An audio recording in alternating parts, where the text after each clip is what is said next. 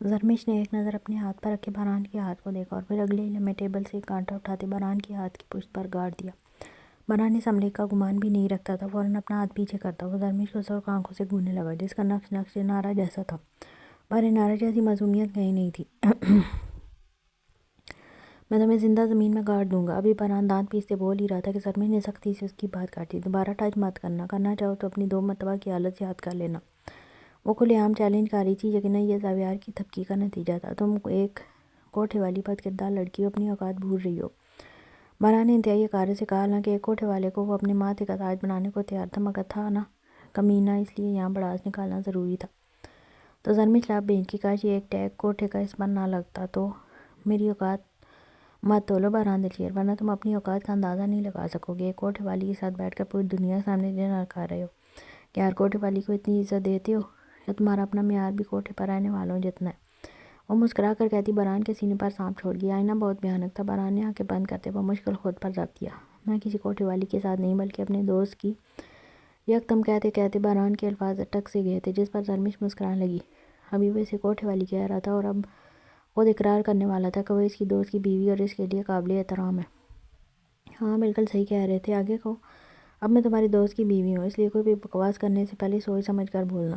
میں جب کوٹھے پر بندی تھی تب بھی تمہاری بکواس سننے کی روادار نہیں تھی، تو پھر اب تم میں سے زاویار خانزادہ ہوں۔ وہ بہت یقین اور اطمینان سے بولی۔ تو اسی طرف آتے زاویار کے ہونٹ مسکراہٹ میں ڈھلے، جسے وہ لمحے بھر میں چھپا گیا اور سنجیدگی سے باران کو دیکھا، جو زاویار کے آنے پر اپنے تاثرات چھپا گیا تھا۔ لیکن زاویار کی نظریں اس کے ہاتھ کی پشت پر موجود چھوٹے چھوٹے سرخ نشانات پر پڑی تھی، جیسے وار کیا گیا تھا۔ میں نے زیادہ لیٹ تو نہیں کیا؟ ماحول کا ہلکا پھلکا کرتے زاویار اپنی نشست پر بیٹھ گیا، پر جواب باران اور زرمش دونوں کی طرف سے نہ آیا۔ باران کو بالکل خاموش ہاتھ میں چمچ گھماتے دیکھ زاویار نے ٹوکا، تو باران نے مسکراتے چمچ واپس ٹیبل پر رکھ دیا۔ زرمش جو اب تک شیر بنی ہوئی تھی، زاویار کی موجودگی پر ایک بار پھر نروس ہونے لگی تھی۔ اسے احساس بھی نہیں تھا، وہ زاویار پر انحصار کرنے لگی تھی۔ جہاں وہ اکیلی ہوتی تھی مقابلہ کرتی تھی، پر عام بیویوں والی صفت اس میں موجود تھی کہ شوہر کی موجودگی میں وہ سہم جاتی تھی اور چاہتی تھی کہ ان کے بدلے کا مقابلہ ان کا شوہر کرے۔ تم نے بتایا تو ضرور ہوگا زاویار اپنی بیوی کو کہ میں تمہاری زندگی میں کس قدر اہمیت رکھتا ہوں۔ کھانا اپنی پلیٹ میں نکالتے باران نے مسکراتے پوچھا، تو زاویار کا دل کیا کہہ لگائے۔ وہ تو حقیقتاً زرمش کی سوتن بننے کی کوشش کر رہا تھا۔ ہاں بہت زیادہ اہمیت ہے باران تمہاری، زاویار نے تائید کی، پر باران جلتے کوئلوں پر لوٹ گیا۔ جب زرمش کو بالکل نظر انداز کرتے کھانا کھاتے دیکھا، وہ لڑکی اسے ہمیشہ ٹف چیلنج دیتی تھی، پہلی لڑکی تھی جس کے آگے باران نے شکست کھائی تھی۔ لیکن کچھ پل سوچنے کے بعد اس کے لب غمگینی سے مسکرائے۔ سبرینا سے تمہارا رابطہ ہوتا ہے زاویار؟ تمہاری پہلی بیوی تھی وہ، اب بھی اس سے اتنی محبت کرو گے تو زندہ نہیں رہ پاؤ گے۔ باران نے نارمل سے لہجے میں کہتے زرمش کو دیکھا، اس کا یقین ٹھیک تھا، وہ کتنا بھی نظر انداز کرتی پر اب بیوی بن چکی تھی۔ زرمش کے کھانا کھاتے ہاتھ کی حرکت رکی اور پل بھر میں چہرے کا رنگ متغیر ہوتا۔ باران نے چیئر stop talking nonsense, Zaviyar نے سختی سے ٹوکا۔ ویسے ہی وہ اس لڑکی کو اپنے خول سے باہر نہیں نکال پا رہا تھا، اور کمینہ باران نے اس عمل کو جان بوجھ کر اور مشکل بنا رہا تھا۔ اوہ آئی ایم سوری، تم دونوں میاں بیوی کو دیکھ کر لگا اب تک ایک دوسرے کے ساتھ کمفرٹیبل نہیں ہو پا رہے، تو میں یہی سمجھا کہ شاید وجہ تمہاری پہلی محبوب بیوی، سوری میرا مطلب سبرینا۔ باران اکثر اپنی بات ادھوری چھوڑ گیا۔ زاویار نے سکون خوار نظروں سے گھورا، البتہ زرمش اب بھی نظر انداز کرتی پرسکون سا کھانا کھا رہی تھی، لیکن یہ وہی جانتی تھی آنے والا اس کے حلق میں اس طرح اٹک رہا تھا جیسے سبرینا کے نام کا بندہ بن کر دل میں اٹک رہا تھا۔ وہ نہیں جانتی تھی کیوں، پر اس کا دل رونے کا کر رہا تھا۔ وہ اندر ہی اندر دل میں کئی بار یہ بات دہرا چکی تھی کہ اسے زاویار کے کسی عمل سے کوئی فرق نہیں پڑتا، لیکن پھر بھی پڑ رہا تھا۔ دوسری جانب زاویار زرمش کو بالکل نارمل دیکھ اٹک گیا تھا۔ کیا اس لڑکی کو جو اب اس کی بیوی تھی اسے واقعی کوئی فرق نہیں پڑتا تھا، جو وہ پرسکون سی اب بھی کھانا کھا رہی تھی؟ کیا زاویار اس کی زندگی میں اب تک اہمیت نہیں رکھتا تھا؟ یہ سوچ کر زاویار کا دل کھانے سے اچاٹ ہو گیا۔ کچھ لمحے بعد زاویار کھڑا ہو گیا، زرمش بھی پرسکون ہوتی کھڑی ہو گئی۔ یہ ڈنر کم ٹارچر زیادہ تھا۔ باران بھی مسکراتا کھڑا ہوا۔ بل وہ پہلے ہی بیلن کارڈ سے دے چکے تھے۔ وہ تینوں ساتھ پارکنگ لاٹ میں آئے تھے۔ ایک استحضائی اور خیر بساتی نظر زرمش پر ڈالتے وہ زاویار سے ہاتھ ملا کر وہاں سے چلا گیا۔ زرمش اور زاویار واپس گاڑی میں بیٹھے تھے، دونوں کے درمیان گہری خاموشی تھی۔ گاڑی سڑک پر چلنے لگی تو زرمش کھڑکی سے باہر دیکھتے زاویار کے بولنے کا انتظار کرنے لگی۔ انجانے میں اسے وہ توقع کر رہی تھی کہ زاویار اس سے بات کرے گا، اسے باران کی سبرینا کے متعلق کئی باتوں کی وضاحت پیش کرے گا، پر ایسا کچھ نہیں ہوا تھا۔ وہ بالکل خاموش تھا، دل میں ایک چپ بنسی تھی۔ اس کے دل نے فوراً ہنستے ہوئے سرگوشی کی۔ وہ کیوں تمہیں وضاحت دے گا زرمیش؟ تم محض ایک شو پیس ہو، بیوی یا محبوبہ نہیں۔ اس کی پہلی بیوی سے محبت ہی ہے جو اب تک اسے تمہارے قریب نہیں آیا۔ بطور بیوی تمہیں قبول نہیں کیا۔ خود پر ہنستے وہ بھول گئی تھی کہ وہ خود بھی زویار کو قریب نہیں آنے دیتی تھی۔ دوسری طرف زویار کو پہلی بار زرمیش کی جانب سے مایوسی ہوئی تھی۔ اس کا دل عجیب ہو رہا تھا۔ وہ زرمیش سے بات نہیں کرنا چاہتا تھا فی الوقت۔ وہ اسے وضاحت دیتا اگر زرمیش کو کوئی فرق پڑتا ہوتا تو، پر اس پتلی لڑکی کو تو کوئی فرق ہی نہیں پڑتا تھا۔ گاڑی مینشن کے گیٹ پر رکی تو زویار اس کے اترنے کا انتظار کرنے لگا۔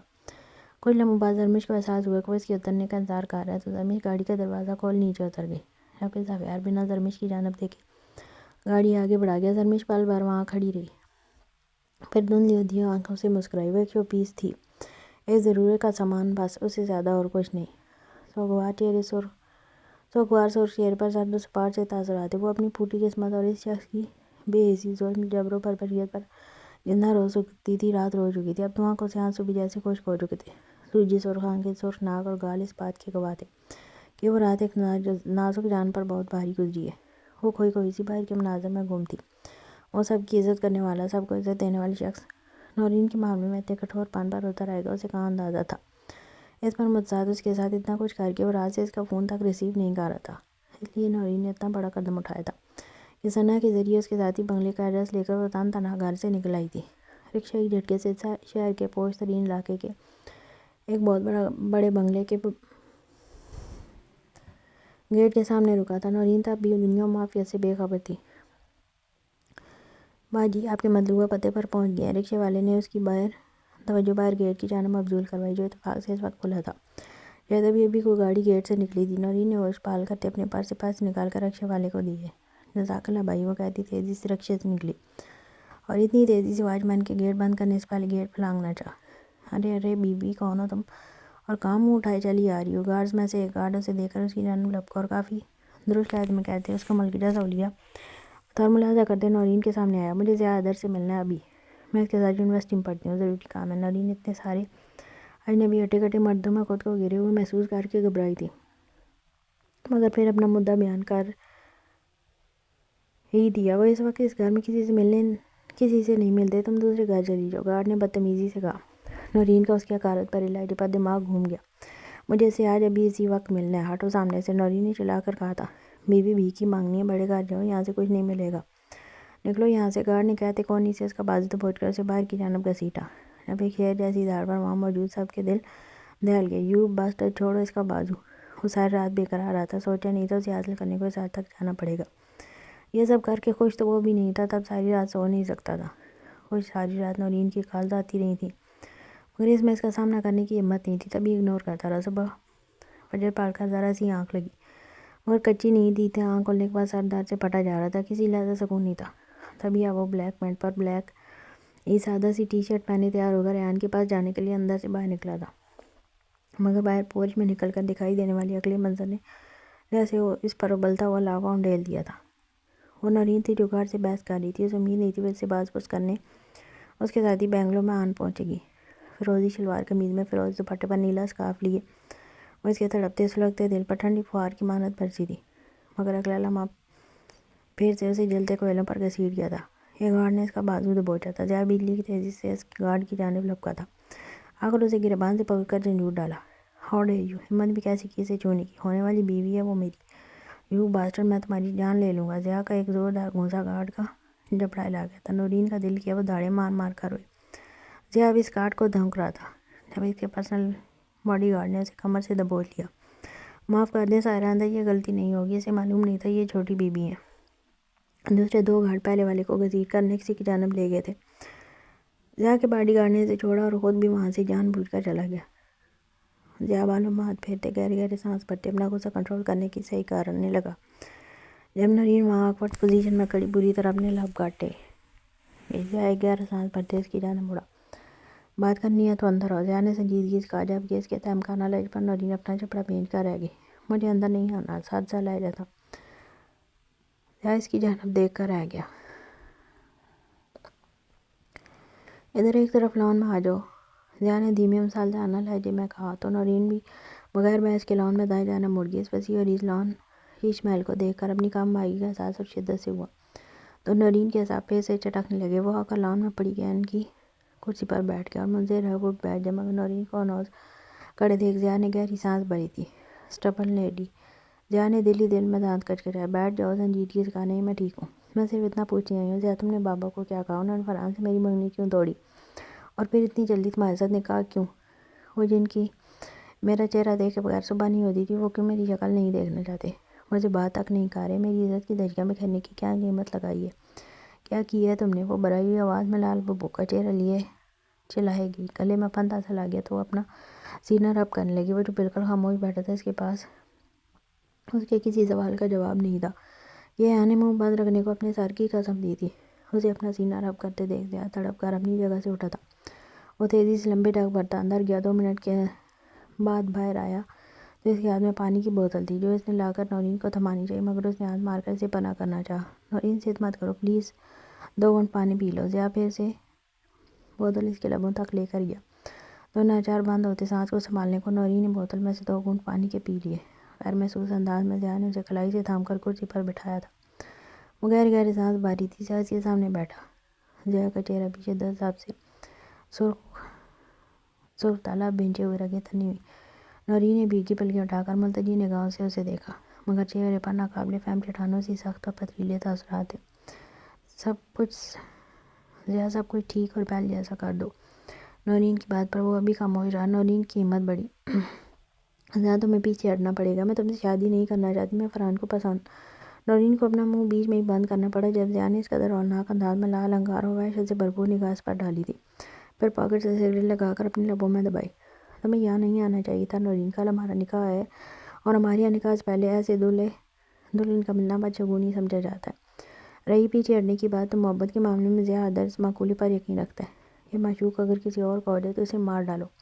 تم میری زندگی میں ہو تو میں تو کچھ نہیں کہوں گا، لیکن تمہارا مجھ سے دور ہونا بہت ساری زندگیوں کو داؤ پر لگا دے گا۔ اس کے ساتھ اس پاٹلا جن نورین کو سر تک پیر سلگایا تھا۔ جاگتی آنکھوں سے خواب دیکھنا بند کرو ضیاء، میرے جیتے جی تمہاری یہ خواہش کبھی پوری نہیں ہوگی۔ وہ چٹک پڑی تھی، اس لیے اپنی جگہ سے کھڑی ہو گئی۔ ضیاء ادر اپنے خوابوں اور خواہشات کو حقیقت میں بدلنا جانتا ہے۔ مسز ٹوبی، تم کل کو ہونے والے نکاح پر دھیان دو، باقی میں سنبھال لوں گا۔ ہموار آواز، سرد لہجہ، پرسکون انداز، وہ آدمی پور تباہی تھا۔ اور اگر کل میں نے نکاح کے وقت تمہیں قبول کرنے سے انکار کر دیا تو کیا کرو گے؟ ضیاء ادر وہ غصے سے پاگل ہوتی چلائی اور سامنے والے کو جیسے طیش و اشتعال کے بھڑکتے الاؤ میں دھکیل دیا۔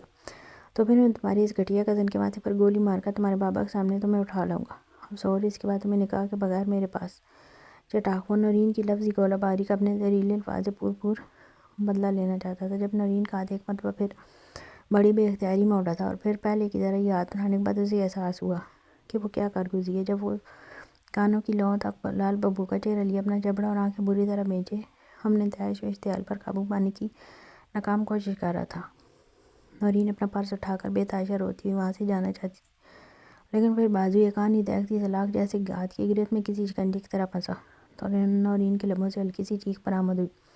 ضیاء لیو می، وہ زیز کی، مگر وہ اسے اپنے ساتھ گھسیٹتا اور انہیں ہولناک تاثرات کے ساتھ اندر کی جانب لے جانے لگا۔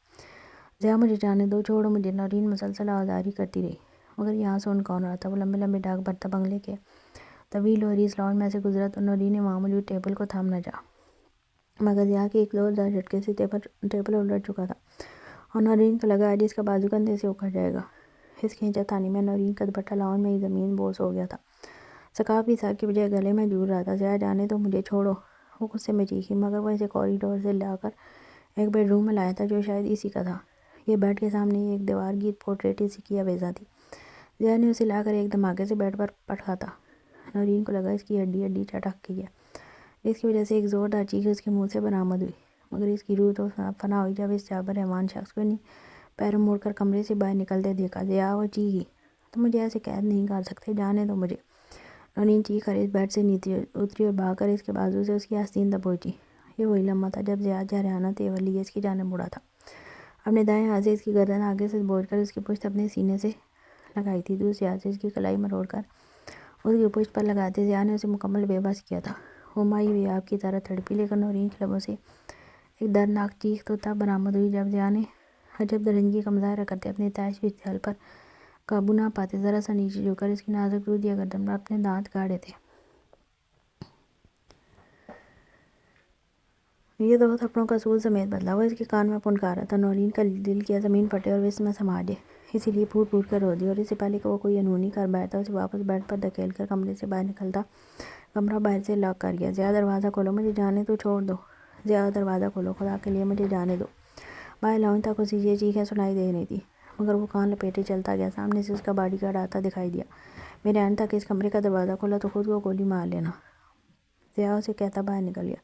صبح سے دوپہر ڈل گئی۔ وہ تقریباً 4 سے 5 گھنٹوں کے بعد واپس آیا تھا، ہاتھوں میں بڑے بڑے شاپنگ بیگ سے۔ لاؤنج سے گزرتے نظر ایک فیروزی دوپٹے پر پڑی تو لب بھینج کر رہ گیا۔ وہ دوپٹہ بھی اٹھایا اور سیدھا اپنے کمرے میں چلا آیا۔ دروازے سے اندر داخل ہوا تو وہ سامنے ہی کارپٹ پر بیڈ سے ٹیک لگا کر گھٹنوں میں ساتھ لیے بیٹھی تھی۔ ہاتھ پر سر اٹھا کر اوپر دیکھا۔ یہ آنسوؤں سے تر تھا کہ مسلسل رونے کے سبب مزید سوج چکی تھی۔ کل کی مناسبت سے یہ میں نے تمہارے لیے شاپنگ کی ہے۔ بابا کو بتا دیا تھا کہ تم میرے ساتھ ہو اور ہم نکاح کے لیے شاپنگ کرنے جائیں گے۔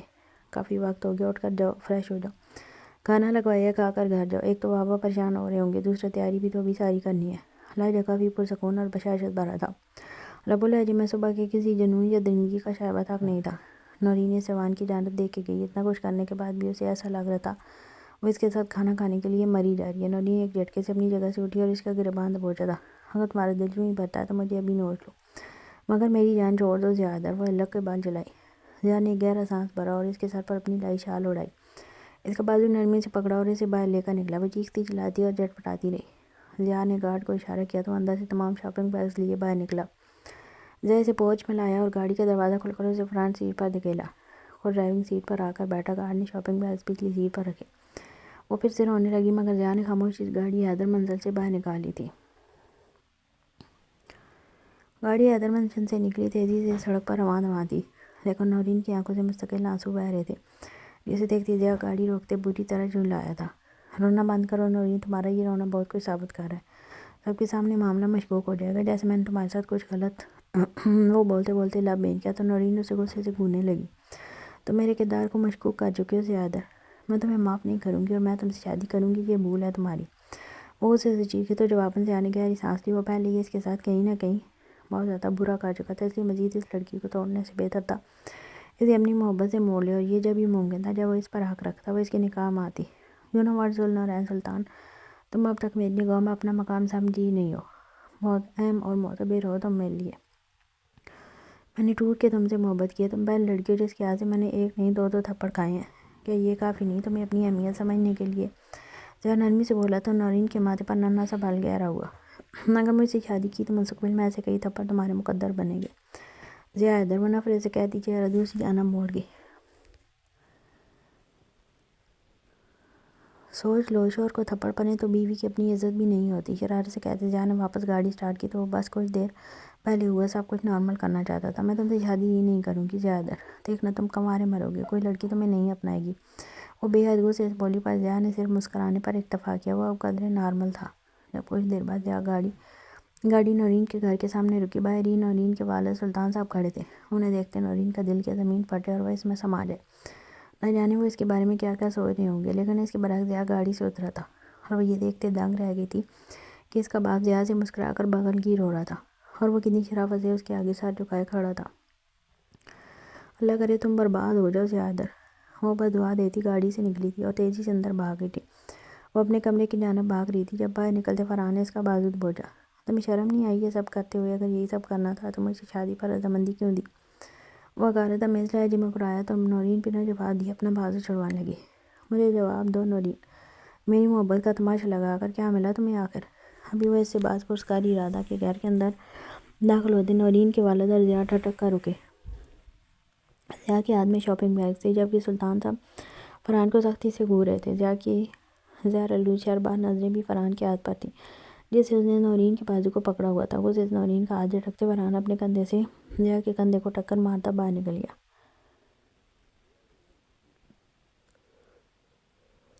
میں بھی جاتا ہوں، خود پر ضبط کرتے ضیا نے اجازت چاہی تو نورین کے والد سلطان صاحب نے مسکرا کر اس کے سر پر ہاتھ رکھ دیا، جسے دیکھتے نورین کے دل میں چبھن سی ہونے لگی۔ کیوں اس کا باپ اس شخص سے محبت کر رہا تھا، کیوں عزت دے رہا تھا، جبکہ لاڈلی بیٹی سے 2 دن سے کلام تک نہ کیا تھا۔ وہ اس کی جانب دیکھ تک نہیں رہے تھے۔ نورین نے نگاہیں لیے رکی نہیں تھی، اندر چلی گئی تھی۔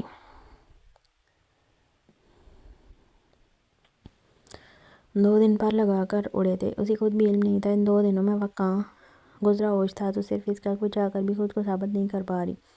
اس نے 12 وضاحت دینے کی کوشش کی مگر سب بے سود رہا، کوئی اس کی بات سننے کو تیار نہ تھا۔ سلطان صاحب نے تو اس سے بات تک نہیں کی یا کچھ کہنے سننے کو روادار تک نہیں تھی۔ آج جمعہ تھا، اس کے نکاح کا دن، گھر والے سب جمع تھے۔ لڑکی اس کے ہاتھوں پہ مہندی سجا کر گئی اور وہ بالکل بے سود تھی۔ نہ جانے کون سی تیاریاں کی جانی تھی، اسے آج ہی معلوم ہوا تھا کہ اس کا ضیاء کے ساتھ صرف نکاح نہیں ہو رہا بلکہ اس کے بابا سلطان صاحب نے سادگی سے رخصتی کا انتظام بھی کر دیا تھا۔ یہ سن کر اس کے دل میں درد کی لہر اٹھی تھی، آنکھیں تو رو رو کر پہلے ہی سوج چکی تھی۔ اس کی خاندان کی لڑکیاں اسے ضیاء کے نام سے چھیڑ رہی تھیں لیکن اس کا بس نہیں چاہ رہا تھا۔ وہ اس شخص کی بے عزتی صفاقی پر دھاڑے مار مار کر روئے۔ وقت تیزی سے گزرا اور نکاح کا وقت آن پہنچا۔ وہ سادہ سے حلیمہ ہاتھوں پر مہندی سجائے بیٹھی تھی۔ جب اس کی ماں نے اس کا سر چومتے اس کے سر پر گھونگھٹ ڈال ڈھیروں دعائیں ڈالی تھی، وہ ساکت تھی، بالکل خاموش۔ کسی کو یہ علم تک نہیں تھا کہ اس نے 2 دن کھانا تک خود پر آرام کیا ہوا۔ یہ کیسی شفاق محبت تھی اس کے گھر والوں کی۔ کچھ دیر بعد کمرے میں مولوی صاحب اور اس کے باپ اور بھائی آئے تھے۔ 50 لاکھ حق مہر کے ساتھ وہ ساکن دھڑکنوں سے ضیاء حیدر کو اپنے نکاح میں قبول کر رہی تھی۔ اسے کسی کے کوئی الفاظ سنائی نہیں دے رہے تھے، وہ تو صرف اپنی ماں کے ہاتھ دبانے پر سن ہوتے دماغ کے ساتھ قبول ہے کہہ رہی تھی۔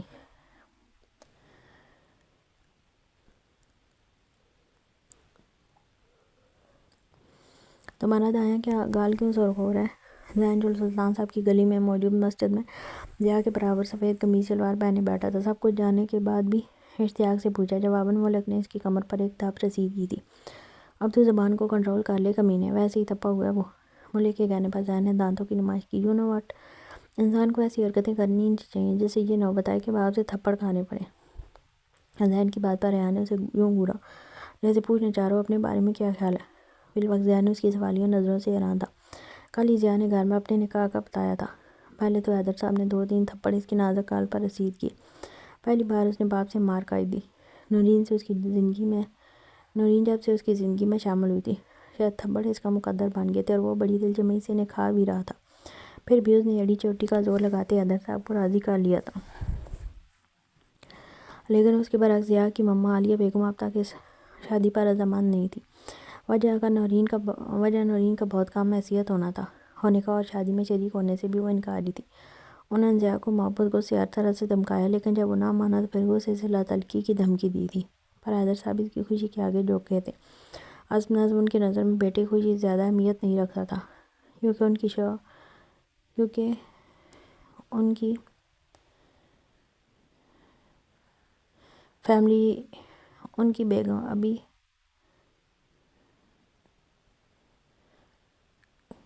بیگم جو بیگم ابھی حسب نظم سے پرشور کرنی تھی، وہ خود ایک لوور مڈل کلاس سے تعلق رکھتی تھی۔ تم دونوں چپ کرو کہ ریحان کے کہنے پر ملک اور زین دونوں نے فرما بردار بچوں کی طرح منہ پر انگلی رکھ لی۔ کچھ دیر بعد قاضی نے ضیاء سے حجاب قبول کے لیے سوال کیا۔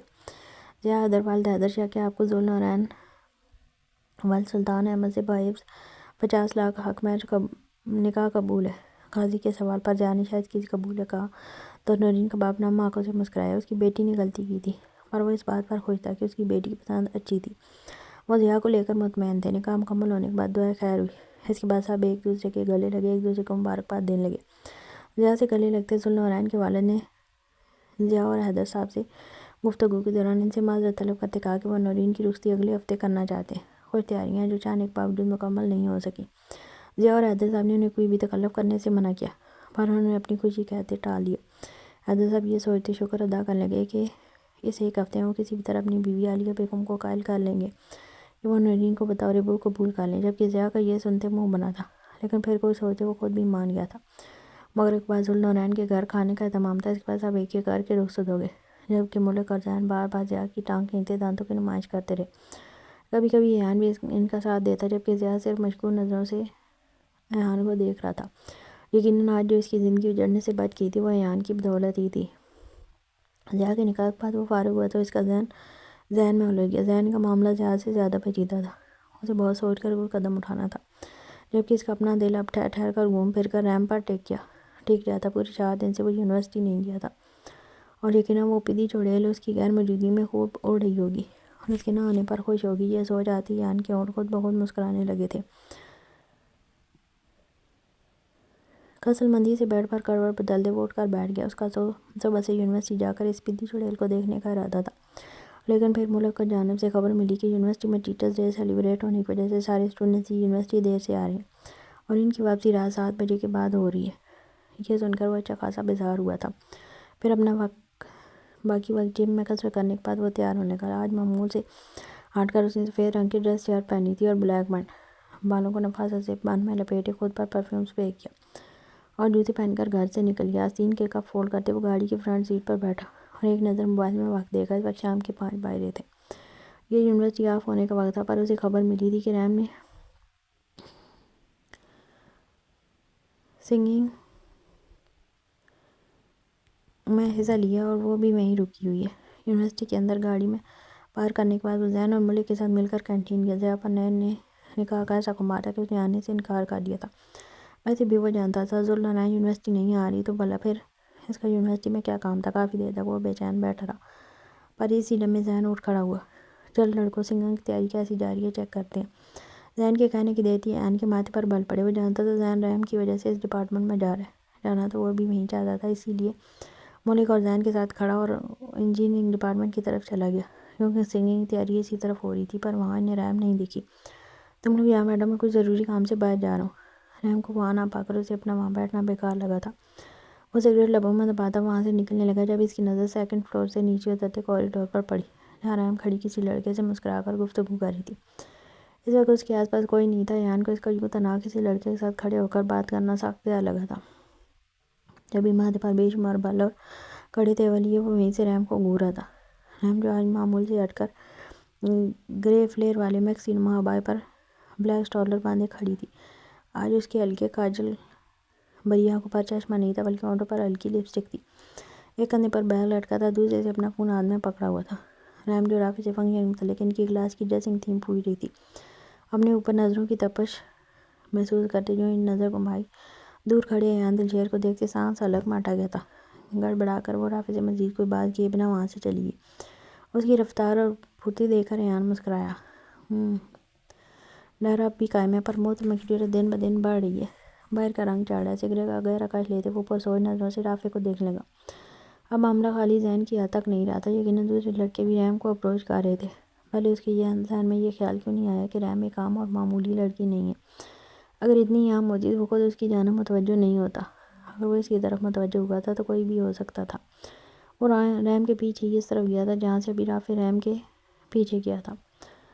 وہ کینٹین آیا تو وہاں بھی رافع اور رحم کو ایک ساتھ بیٹھے دیکھا۔ رحم کے ہاتھوں میں ایک پنسل اور کاپی تھی جس پر وہ کچھ لکھتے ہوئے رافع سے بات کر رہی تھی۔ یقیناً وہ رافع سے پڑھائی کے متعلق کوئی بات کر رہی تھی، پر اس کے باوجود ایان کا دماغ گرم ہونے لگا تھا۔ رحم ایان کو دیکھ چکی تھی پر اسے نظر انداز کرتے رافع کے ساتھ بیٹھی رہی۔ بھلا وہ کیوں ڈرتی اس جن ذات سے جو اسیب کی طرح سے اسے چمٹ گیا تھا جب اس کی جرأت اور ہمت پر اب کی بار ایان مسکرایا تھا۔ کچھ لمحے بعد ہی ایان کا فون بجا۔ اسکرین پر نعمان کا نمبر جھلکا رہا تھا۔ وہ کچھ جھونکا اور فون ریسیو کرتے کان سے لگایا۔ السلام علیکم سر۔ نعمان علی کی پریشان آواز اسپیکر سے ابھری تو ایان نے ایک نظر کچھ فاصلے پر بیٹھی رحم پر ڈالی جو چور نظروں سے اسے ہی دیکھ رہی تھی۔ ایان کے دیکھتے ہی نظریں چرا گئی۔ تم پریشان لگ رہے ہو، سب خیریت؟ نعمان علی، ایان نے زیر لب سلام کا جواب دیتے پوچھا۔ سر میرے بہترین دوست کا ایکسیڈنٹ ہو گیا، میں اسے لے کر اسپتال آیا ہوں، لیکن گڑیا کی چھٹی کا وقت ہے، میں اسے لینے نہیں آ سکتا اور اتنی دیر سے اس کا اکیلے آنا مناسب نہیں۔ فی الوقت مجھے اپنی بچی کے معاملے میں صرف آپ پر بھروسہ ہے سر۔ نعمان کے کہنے پر اس کی پریشانی سمجھتا وہ گہرا مسکرایا۔ کوئی بات نہیں نعمان علی، رحم کو گھر میں ڈراپ کر دوں گا، میں بھی یونیورسٹی میں ہی ہوں، ابھی شاید اس کے فری ہونے میں وقت ہے۔ ایان کے کہنے پر نعمان علی اس کا بہت بہت شکریہ ادا کرتے فون رکھ چکا تھا، جبکہ ایان پر احساسا مسکرا رہا تھا۔ آج پھر تمہارے ستارے گردش میں رحم صاحبہ، اس بار تمہارے دماغ کو ایسا درست کروں گا کہ ہوش ٹھکانے آ جائیں گے۔ وہ گہری نظروں سے رحم کو دیکھتا خود سے دل میں مخاطب ہوا۔ رحم جو اس کو گھورنے پر پزل ہو رہی تھی، نعمان علی کو کی کال دیکھتے فوراً فون اٹھایا، لیکن دوسری جانب سے کچھ ایسا کہا گیا کہ رحم کے چہرے کا رنگ تبدیل ہونے لگا۔ بے اختیار اس نے پلٹ کر ایان دلشیر کو دیکھا جو اب تک ڈٹائی سے اسے ہی گھور رہا تھا۔ رحم نے فون کرتے رافع سے الوداعی کلمات کیے اور وہاں سے یونیورسٹی کے اندرونی حصے کی طرف چلی گئی۔ جیسے تیسے کر کے خود کو ایان کی نظروں سے بچاتی وہ یونیورسٹی کے گیٹ تک آئی۔ اسے تسلی تھی کہ ایان دلشیر ابھی اس کے پیچھے نہیں آئے گا، کیونکہ وہ اپنے دوستوں کے ساتھ مصروف تھا۔ وہ بہت تیزی اور خاموشی یونیورسٹی سے نکل گئی تھی، جبکہ یہ صرف اس کی سوچ تھی کہ ایان مصروف تھا، اس کی نظریں رحم کے چھپنے چھپانے پر ہی تھی۔ گارڈ نے رحم کے نکلتے ہی ایان کو اطلاع کر دی تھی، تو وہ ملک اور ذہن کو ضروری کام کا کہہ کر وہاں سے نکل گیا۔ یہ پدی چورنی خود کو بہت چالاک سمجھتی ہے۔ گاڑی اسٹارٹ کرتے ہوئے ایک ڈیول مسکراہٹ لیے سوچنے لگا، نعمان علی کے بولنے کے بعد بھی وہ اکیلے گئی تھی، یعنی پھر سے اس نے ایان کی ذات کی نفی کی تھی، جو کہ اسے کسی صورت منظور نہیں تھا۔ اسے رحم تک پہنچنے میں زیادہ دیر نہیں لگی، وہ یونیورسٹی کے مین اسٹاپ پر ہی سے رکشہ روکتے نظر آئی تھی۔ گاڑی میں بیٹھو رحم، نعمان علی۔ ایان نے گاڑی بالکل رحم کے مقابل روکی تھی، جو وہ رکشہ روکنے کے لیے ہاتھ بڑھا رہی تھی۔ یکدم گڑبڑا گئی۔ میری شکل کیا دیکھ رہی ہو، گاڑی میں بیٹھو۔ فرنٹ سیٹ کا ڈور کھولتے جبکہ وہ سخت ساتھ لہجے میں بولا تو رحم کا چہرہ گھبراہٹ سے رنگ بدلنے لگا۔ بھیا رکے۔ ایان کو اچانک نظر انداز کرتے اس نے پاس سے گزرتے رکشے کو روکنا چاہا، پر ہمیشہ کی طرح کام الٹا ہوا کہ وہ رکشہ رحم کے سامنے سے گزر گیا، جبکہ ایان کے تیور بدلنے لگے۔ یہ ننھی چڑیل اسے کچھ زیادہ ہی ہلکے میں لے رہی تھی۔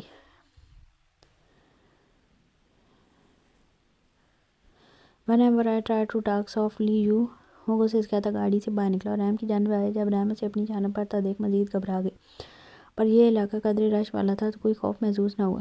مجھے آپ کے ساتھ نہیں۔ ابھی رحم کا جملہ مکمل نہیں ہوا تھا جب ایان نے غصے سے گاڑی کی فرنٹ سیٹ پر دھکیلا۔ تم بہت ٹیڑھی ہو رحم، نعمان علی، پر افسوس میں تم سے زیادہ ٹیڑھا ہوں۔ ایان کو سے دانت پیستے وہ خود بھی ڈرائیونگ سیٹ پر بیٹھا۔ مجھے تمہارے بابا نے ہی کہا تھا کہ تمہیں گھر ڈراپ کر دوں۔ ایان نے گاڑی اسٹارٹ کرتے ہوئے اسے کہا تو رحم چور نظروں سے دیکھنے لگی۔ فون تو نعمان علی نے اسے بھی کیا تھا کہ آج ایان اسے گھر ڈراپ کرے گا۔ اس وقت اس نے اپنے باپ کے سامنے کچھ نہیں کہا تھا، لیکن وہ کسی صورت ایان کے ساتھ نہیں جانا چاہتی تھی، اس لیے خاموشی سے یونیورسٹی سے نکل گئی۔ پر اسے ہرگز علم نہیں تھا کہ ایان فوراً اس کے پیچھے آئے گا۔ اس نے چور نظروں سے ایان کو دیکھا۔ آج اس کا گریبان کچھ زیادہ ہی کھلا تھا، جسے دیکھ رحم کے ماتھے پر شبنم کے ننھے ننھے قطرے سے جگمگانے لگے، جس کی وجہ سے اس کا کثرتی سینہ نمایاں ہو رہا تھا۔ گلے میں لٹکتی چین اور فولڈ ہوئے گلے جیسی کہ ایک بریسلٹ نما چین ایان کے الٹے ہاتھ میں تھی۔ سفید ڈریس شرٹ میں ایان کے بالوں بازو کے کٹ ظاہر ہو رہے تھے۔ بال حسب معمول جوڑے کی شکل بن میں قید تھے۔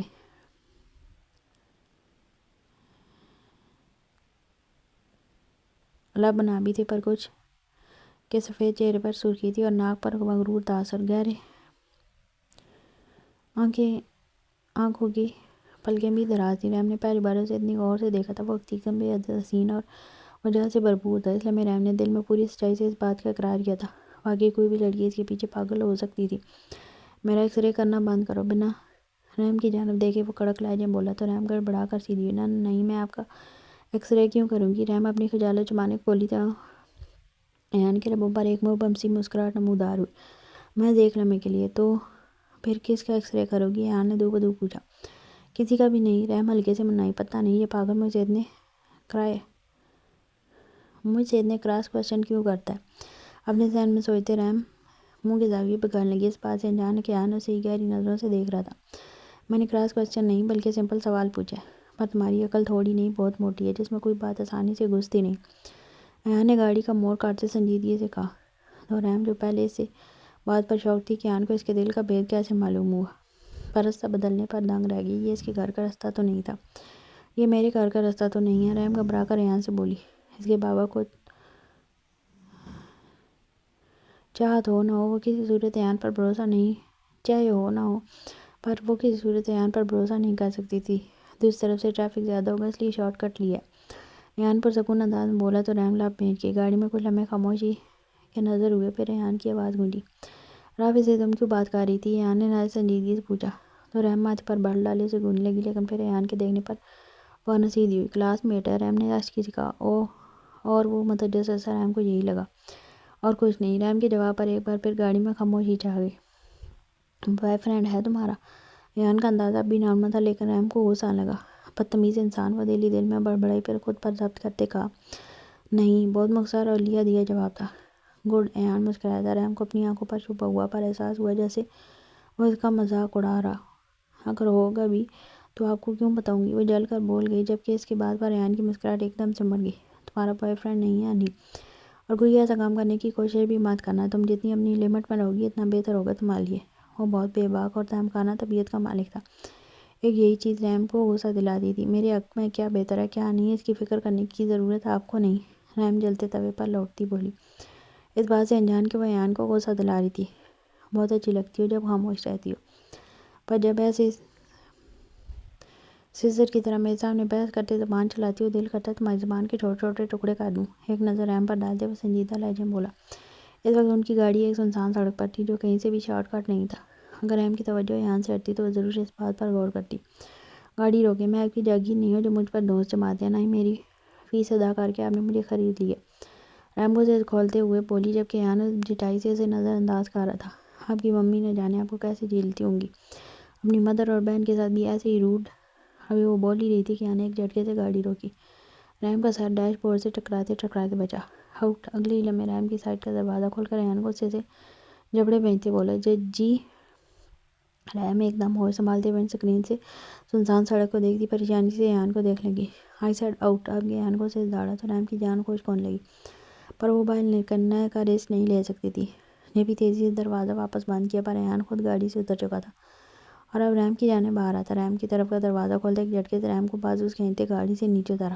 بالکل جاہل ہو آپ، لڑکیوں کے ساتھ رہنے کی تمیز نہیں ہے آپ کو۔ اگر میری جگہ آپ کی ماں یا بہن وہ ایک بار پھر پہلے والی غلطی کر رہی تھی۔ Shut up. وہ حلق کے بال چلایا۔ ایان نے انگلی اٹھاتے اسے تنبیہ کرتی نظروں سے گھورا تو زبان کے ساتھ سانس بھی روک گئی۔ ایان اسے وہیں چھوڑتا واپس گاڑی میں بیٹھا اور اگلے ہی لمحے گاڑی دھواں چھوڑتی وہاں سے گزر گئی، جبکہ رحم سنسان سڑک پر اکیلی کھڑی پتھر ہو چکی تھی۔ اگلے لمحے ہی ہوش آیا، پر وہ تو جا چکا تھا اور یہ رستہ، یہ تو بالکل سنسان اور بالکل انجان شہر کا کوئی اندرونی رستہ تھا۔ اپنے کندھے پر لٹکے بیگ کو دبوچ سے سینے سے لگایا اور تیز سے قدم سڑک کی سمت بڑھائے جہاں سے ایان کی گاڑی گزری تھی۔ ساتھ زبان پر آیت الکرسی کا ورد جاری تھا اور دل میں اس بے صفاک شخص کو اس نے بد دعائیں دی۔ آنکھوں میں بھر بھر کر ٹپکنے والے آنسو تھے۔ ایک ہاتھ سے بیگ میں اپنا موبائل ٹٹولتے فون کی ٹارچ جلائی۔ سر جھک فون چارج تھا۔ اگلے ہی لمحے اس سے سنی جانے والی آواز پر اور زیادہ رونا آیا۔ نعمان علی کو فون ملایا تو فون آنے لگا۔ اس کال کے لیے آپ کا بیلنس ناکافی ہے۔ لون وہ پہلے ہی لے چکی تھی، نیٹ پیکیج اس کے پاس تھا نہیں۔ اس باوجود وہ بار بار نعمان علی کو کال پر کال کر رہی تھی تاکہ اس کی مس کال کے نوٹیفیکیشن پر نعمان علی سے کال کر لے، پر آج قسمت یہاں بھی دغا دے گئی تھی۔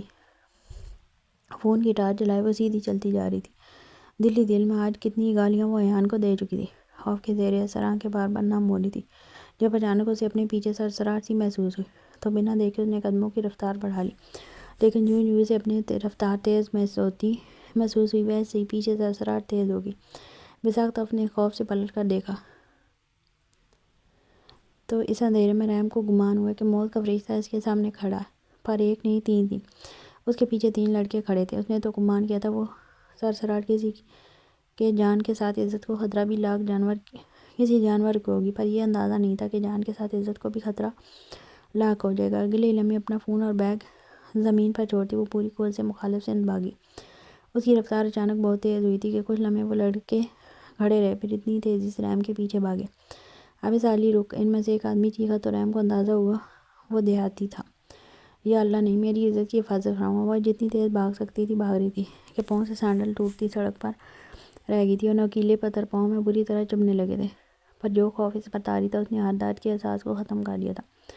ابھی وہ بھاگ ہی رہی تھی کہ اچانک اپنی طرف آتی گاڑی کی روشنی کو دیکھا، پر اپنے قدم نہ روک سکی۔ گاڑی بھی سامنے سپیڈ سے آ رہی تھی، لیکن ڈرائیونگ سیٹ پر بیٹھے شخص نے بر وقت گاڑی کو بریک لگائی، پر اس کے باوجود رحم اس گاڑی کی ہیڈ لائٹ سے ٹکرائی، جبکہ اس کے پیچھے بھاگتے تینوں آدمی اچانک آنکھوں پر روشنی پڑنے سے منہ سے گالی نکالنے لگے۔ رحم گہرے گہرے سانس لیتی اپنی آواز قابو میں رکھنے لگی۔ گاڑی کو دیکھتے وہ سمجھ گئی تھی گاڑی ایان دلشیر کی ہی ہے۔ یقیناً وہ صحیح وقت پر آیا تھا، پر رحم کو اس سے مزید نفرت محسوس ہوئی تھی۔ ایان جو اسے سڑک پر چھوڑ بہت تیزی سے وہاں سے نکلا تھا، کچھ دور جانے کے بعد خود کو کوستے واپس اسی رستے پر آیا تھا۔ اسے یقین تھا کہ اس رستے پر رحم کو نہ کوئی بندہ بشر ملے گا نہ لفٹ۔ کون ہو تم تینوں؟ گاڑی سے نیچے اترتے ایان نے سختی سے گھراتے پوچھا۔ وہ تینوں اب ایان کی جانب متوجہ ہوتے ہوئے تو مسکرائے۔ وہ اکیلا شہری لڑکا تھا اور وہ تینوں گاؤں کے ہٹے کٹے نوجوان۔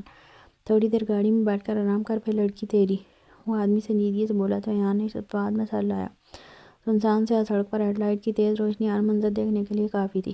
رحم کا وجود پتھر کو ہوا تھا جب ایان نے اسے بازو سے دبوچتے ان آدمیوں کے آگے کیا تھا۔ وہ بے یقینی سے ایان کو دیکھ لگی۔ وہ اتنا گرا ہوا کیسے ہو سکتا تھا، جبکہ ایان اپنے کف مزید فولڈ کرنے لگا تھا۔ عقل مند ہے لڑکے تو، وہ آدمی ایان کی حرکت سے خوش ہوتا یوں ہی رحم کی جانب بڑا اگلی لمحے اس کی اس قدر بلند چیخیں اس مال میں گونجی کہ ریحان بھی چیخ تھی ایان کے سینے سے جا لگی۔ ایان جس نے ہاتھ میں پکڑا چھوٹا سا چاقو آگے بڑھتے اس آدمی کے ہاتھ کی پشت پر گاڑ دیا تھا۔ جو ہاتھ وہ ریحان کی جانب بڑھا رہا تھا وہ ریحان کے قریب تھا اور محسوس کر سکتا تھا ریحان کا وجود پوری طرح کانپ رہا تھا۔ گاڑی میں جا کر بیٹھو، ریحان کے کان کے قریب جھکتے وہ سرگوشی نما بولا تو ریحان تیزی سے اس سے دور ہوتی گاڑی کی طرف بڑھی، پر پیچھے سے آنے والے ان لڑکوں کی چیخوں نے قدم جکڑ لیے۔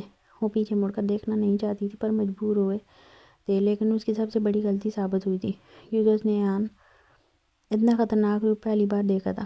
ایان کے جوڑے مکید بال بکھر چکے تھے اور وہ ہاتھوں سے نہیں بلکہ چھوٹے سے تیز دھار چاقو سے بات کر رہا تھا۔ اس کا ہاتھ بہت تیزی سے چل رہا تھا جیسے کوئی سبزی کاٹ رہا ہو۔ پے در پے وہ دوسرے آدمیوں کے بازو پر چاقو مار رہا تھا۔ اس کے لڑنے میں اتنی پھرتی تھی کہ ہزار کوشش کے باوجود وہ تینوں کے ہاتھ نہیں آیا تھا۔ ریحان نے پہلے بھی ایان کو یونیورسٹی میں لڑتے دیکھا پر اس طرح کا وحشی روپ کبھی نہیں دیکھا تھا۔ وہ انسان تو ہرگز نہیں لگ رہا تھا بلکہ وہ پروفیشنل کلر لگ رہا تھا جو تیزی سے ان تینوں کو لہولہان کر چکا تھا۔ میں نے اس کا یہ روپ دیکھ لیا ہے، اب یہ مجھے بھی مار دے گا۔ ریحان خوف کے مارے ایک قدم بھی آگے پیچھے نہیں کر پا رہی تھی جب وہ تینوں لڑکے ادمری حالت بہت مشکل سے اس ایوان سے جان بچا کر وہاں سے بھاگے۔ ایان نے ہاتھ میں پکڑا چاقو زمین پر اچھالا۔ وہ چاقو محض 3 انچ کا تھا پر کافی تیز تھا۔ وہ ریحان کی طرف کوشش کیے کھڑا تھا۔ ریحان کو لگا اگر وہ اس کی جانب پلٹا تو آج ریحان کی روح پرواز کر جائے گی۔ ایان نے بنا مڑے پینٹ کی جیب سے رومال نکال کر ہاتھ صاف کیے اور بالوں کو واپس بن کی صورت میں لپیٹنے لگا اور پھر گہری سانس لیتے پیچھے پلٹا تو ریحان روتے ہوئے کانپتی ٹانگوں سے اسے ہی دیکھ رہی تھی۔ میں کسی کو کچھ نہیں بتاؤں گی، مجھے گھر جانا ہے۔ ایان کو اپنی جانب آتا دیکھ خوف سے پیچھے ہونے لگی پر پیچھے گاڑی ہونے کے باعث اسی سے ٹک گئی۔ یہ حقیقت تھی وہ ایان سے ڈرتی تھی پر اتنا نہیں جتنا اب دل میں ڈر بیٹھ گیا تھا۔ جواباً ایان نے کچھ نہیں کہا اور اس کے مقابل آ کھڑا ہوا۔ ریحان میں اس کے سامنے روتے ہوئے سر جھکا گئی تھی۔ کیسے بتاتا وہ اس لڑکی کو جتنی خوفزدہ وہ اس سے ایسے کہیں زیادہ خوفزدہ وہ اسے ان 3 لڑکوں کے درمیان دیکھ ہو گیا تھا۔ وہ نہیں جانتا وہ اتنا خوفزدہ کیوں ہے پر اگر وہ کچھ دیر کر دیتا آنے میں تو یقیناً اپنا بہت بڑا نقصان کر بیٹھتا۔ کچھ دیر قبل کا منظر ایان کی روح تک کو جھنجھوڑ چکا تھا۔ ریحان کے جھکے سر کو دیکھتے اس نے ایک جھٹکے سے ریحان کو کمر سے تھام کے بلند کیا کہ اس کی خوفزدہ ہوتے اس کے وحشی سے لمس پر ریحان کے منہ سے ہلکی سی چیخ نکلی، لیکن اگلے ہی لمحے ایان نے اسے کار کے بونٹ پر بٹھا دیا۔ ریحان خوفزدہ ایسی اسے خاموشی سے دیکھنے لگی۔ خوف الفاظ کو مات دے گیا تھا، تبھی زبان تالو سے چپک گئی تھی۔ یہی وجہ تھی کہ ایان بھی خاموش تھا۔ اس پر اب بھی یہ خوف طاری تھا کہ اگر اسے پہنچنے میں دیر ہو جاتی تو وہ ریحان کو کار کے بونٹ پر بٹھائے واپس گاڑی کی طرف گیا اور اندر پانی کی بوتل نکال کر باہر آیا۔ خاموشی سے بوتل کھول وہ ریحان کے بنا چپل کے پیروں پر ڈالنے لگا۔ اس کے پانی ڈالنے پر ریحان نے بے اختیار آنکھیں بند کی تھی۔ جہاں پتھر چبھے تھے وہاں جلن کا احساس ہوا پر اگلے ہی لمحے اس نے جھٹکے سے آنکھیں کھولی جب اپنے پیروں پر ایان کے ہاتھوں کا لمس محسوس کیا۔ ریحان کو حیرت اور بے یقینی کا شدید جھٹکا لگا تھا۔ وہ ہیڈ لائٹ کی روشنی میں سکتے کے عالم میں ایان کو دیکھ رہی تھی جس سے چند لمحے پہلے وہ خوفزدہ تھی۔ وہ مغرور شہزادہ جو کسی کے سامنے جھکتا نہیں تھا، وہ ریحان کے پاؤں پر پانی ڈالتے اس کے زخم کی گہرائی کا معائنہ کر رہا تھا۔ اچانک ریحان کی آنکھیں آنسوؤں سے ایک بار پھر بھرنے لگیں، گلے میں آنسوؤں کا پندہ سا لگ گیا تھا۔ زخم تک پہنچانے والا بھی وہی اور مسیحائی کرنے والا بھی، وہ ریحان کے علاوہ کسی پر حکم نہیں چلاتا تھا۔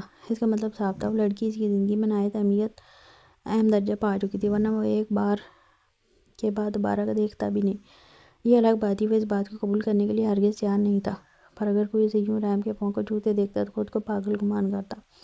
تم بہت بری ہو، وہ آپ سے تم پر آتی روتے ہوئے بولی تو ایان کے ہونٹ بے اختیار ہلکا سا مسکرائے۔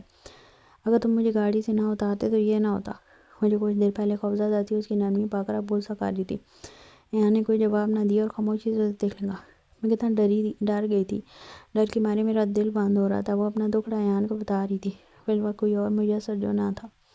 میں بھی، ایان نے بے اختیار کہا تو ریحان ساکت نظروں سے اسے دیکھنے لگی۔ جب وہ اچانک قریب ہوا اور ریحان کے چہرے کے قریب اپنا چہرہ لایا تو ریحان ڈر کر آنکھیں میچی۔ آئی ایم سوری، ریحان کے ماتھے سے اپنا ماتھا ٹکاتے وہ بولا تو ریحان کو اپنی سماعت پر یقین آیا۔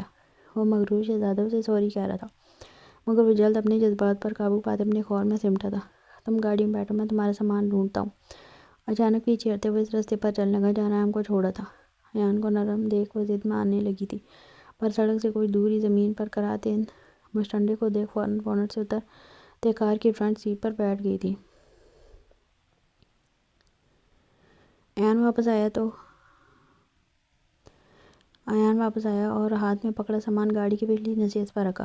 ریم نے جھٹ سے پیچھے مڑتے اپنا فون سیٹ سے اٹھایا تو اسے شدید دھچکا لگا کہ اس کے فون کی اسکرین چکنا چور ہو چکی تھی. شاید وہ مشٹنڈے اس کے فون کو پاؤں تلے مسل کر بھاگے تھے. ایک مرتبہ پھر آنسو بل بل بہنے لگے. ایان نے گاڑی واپس سٹارٹ کرتے ریورس کی.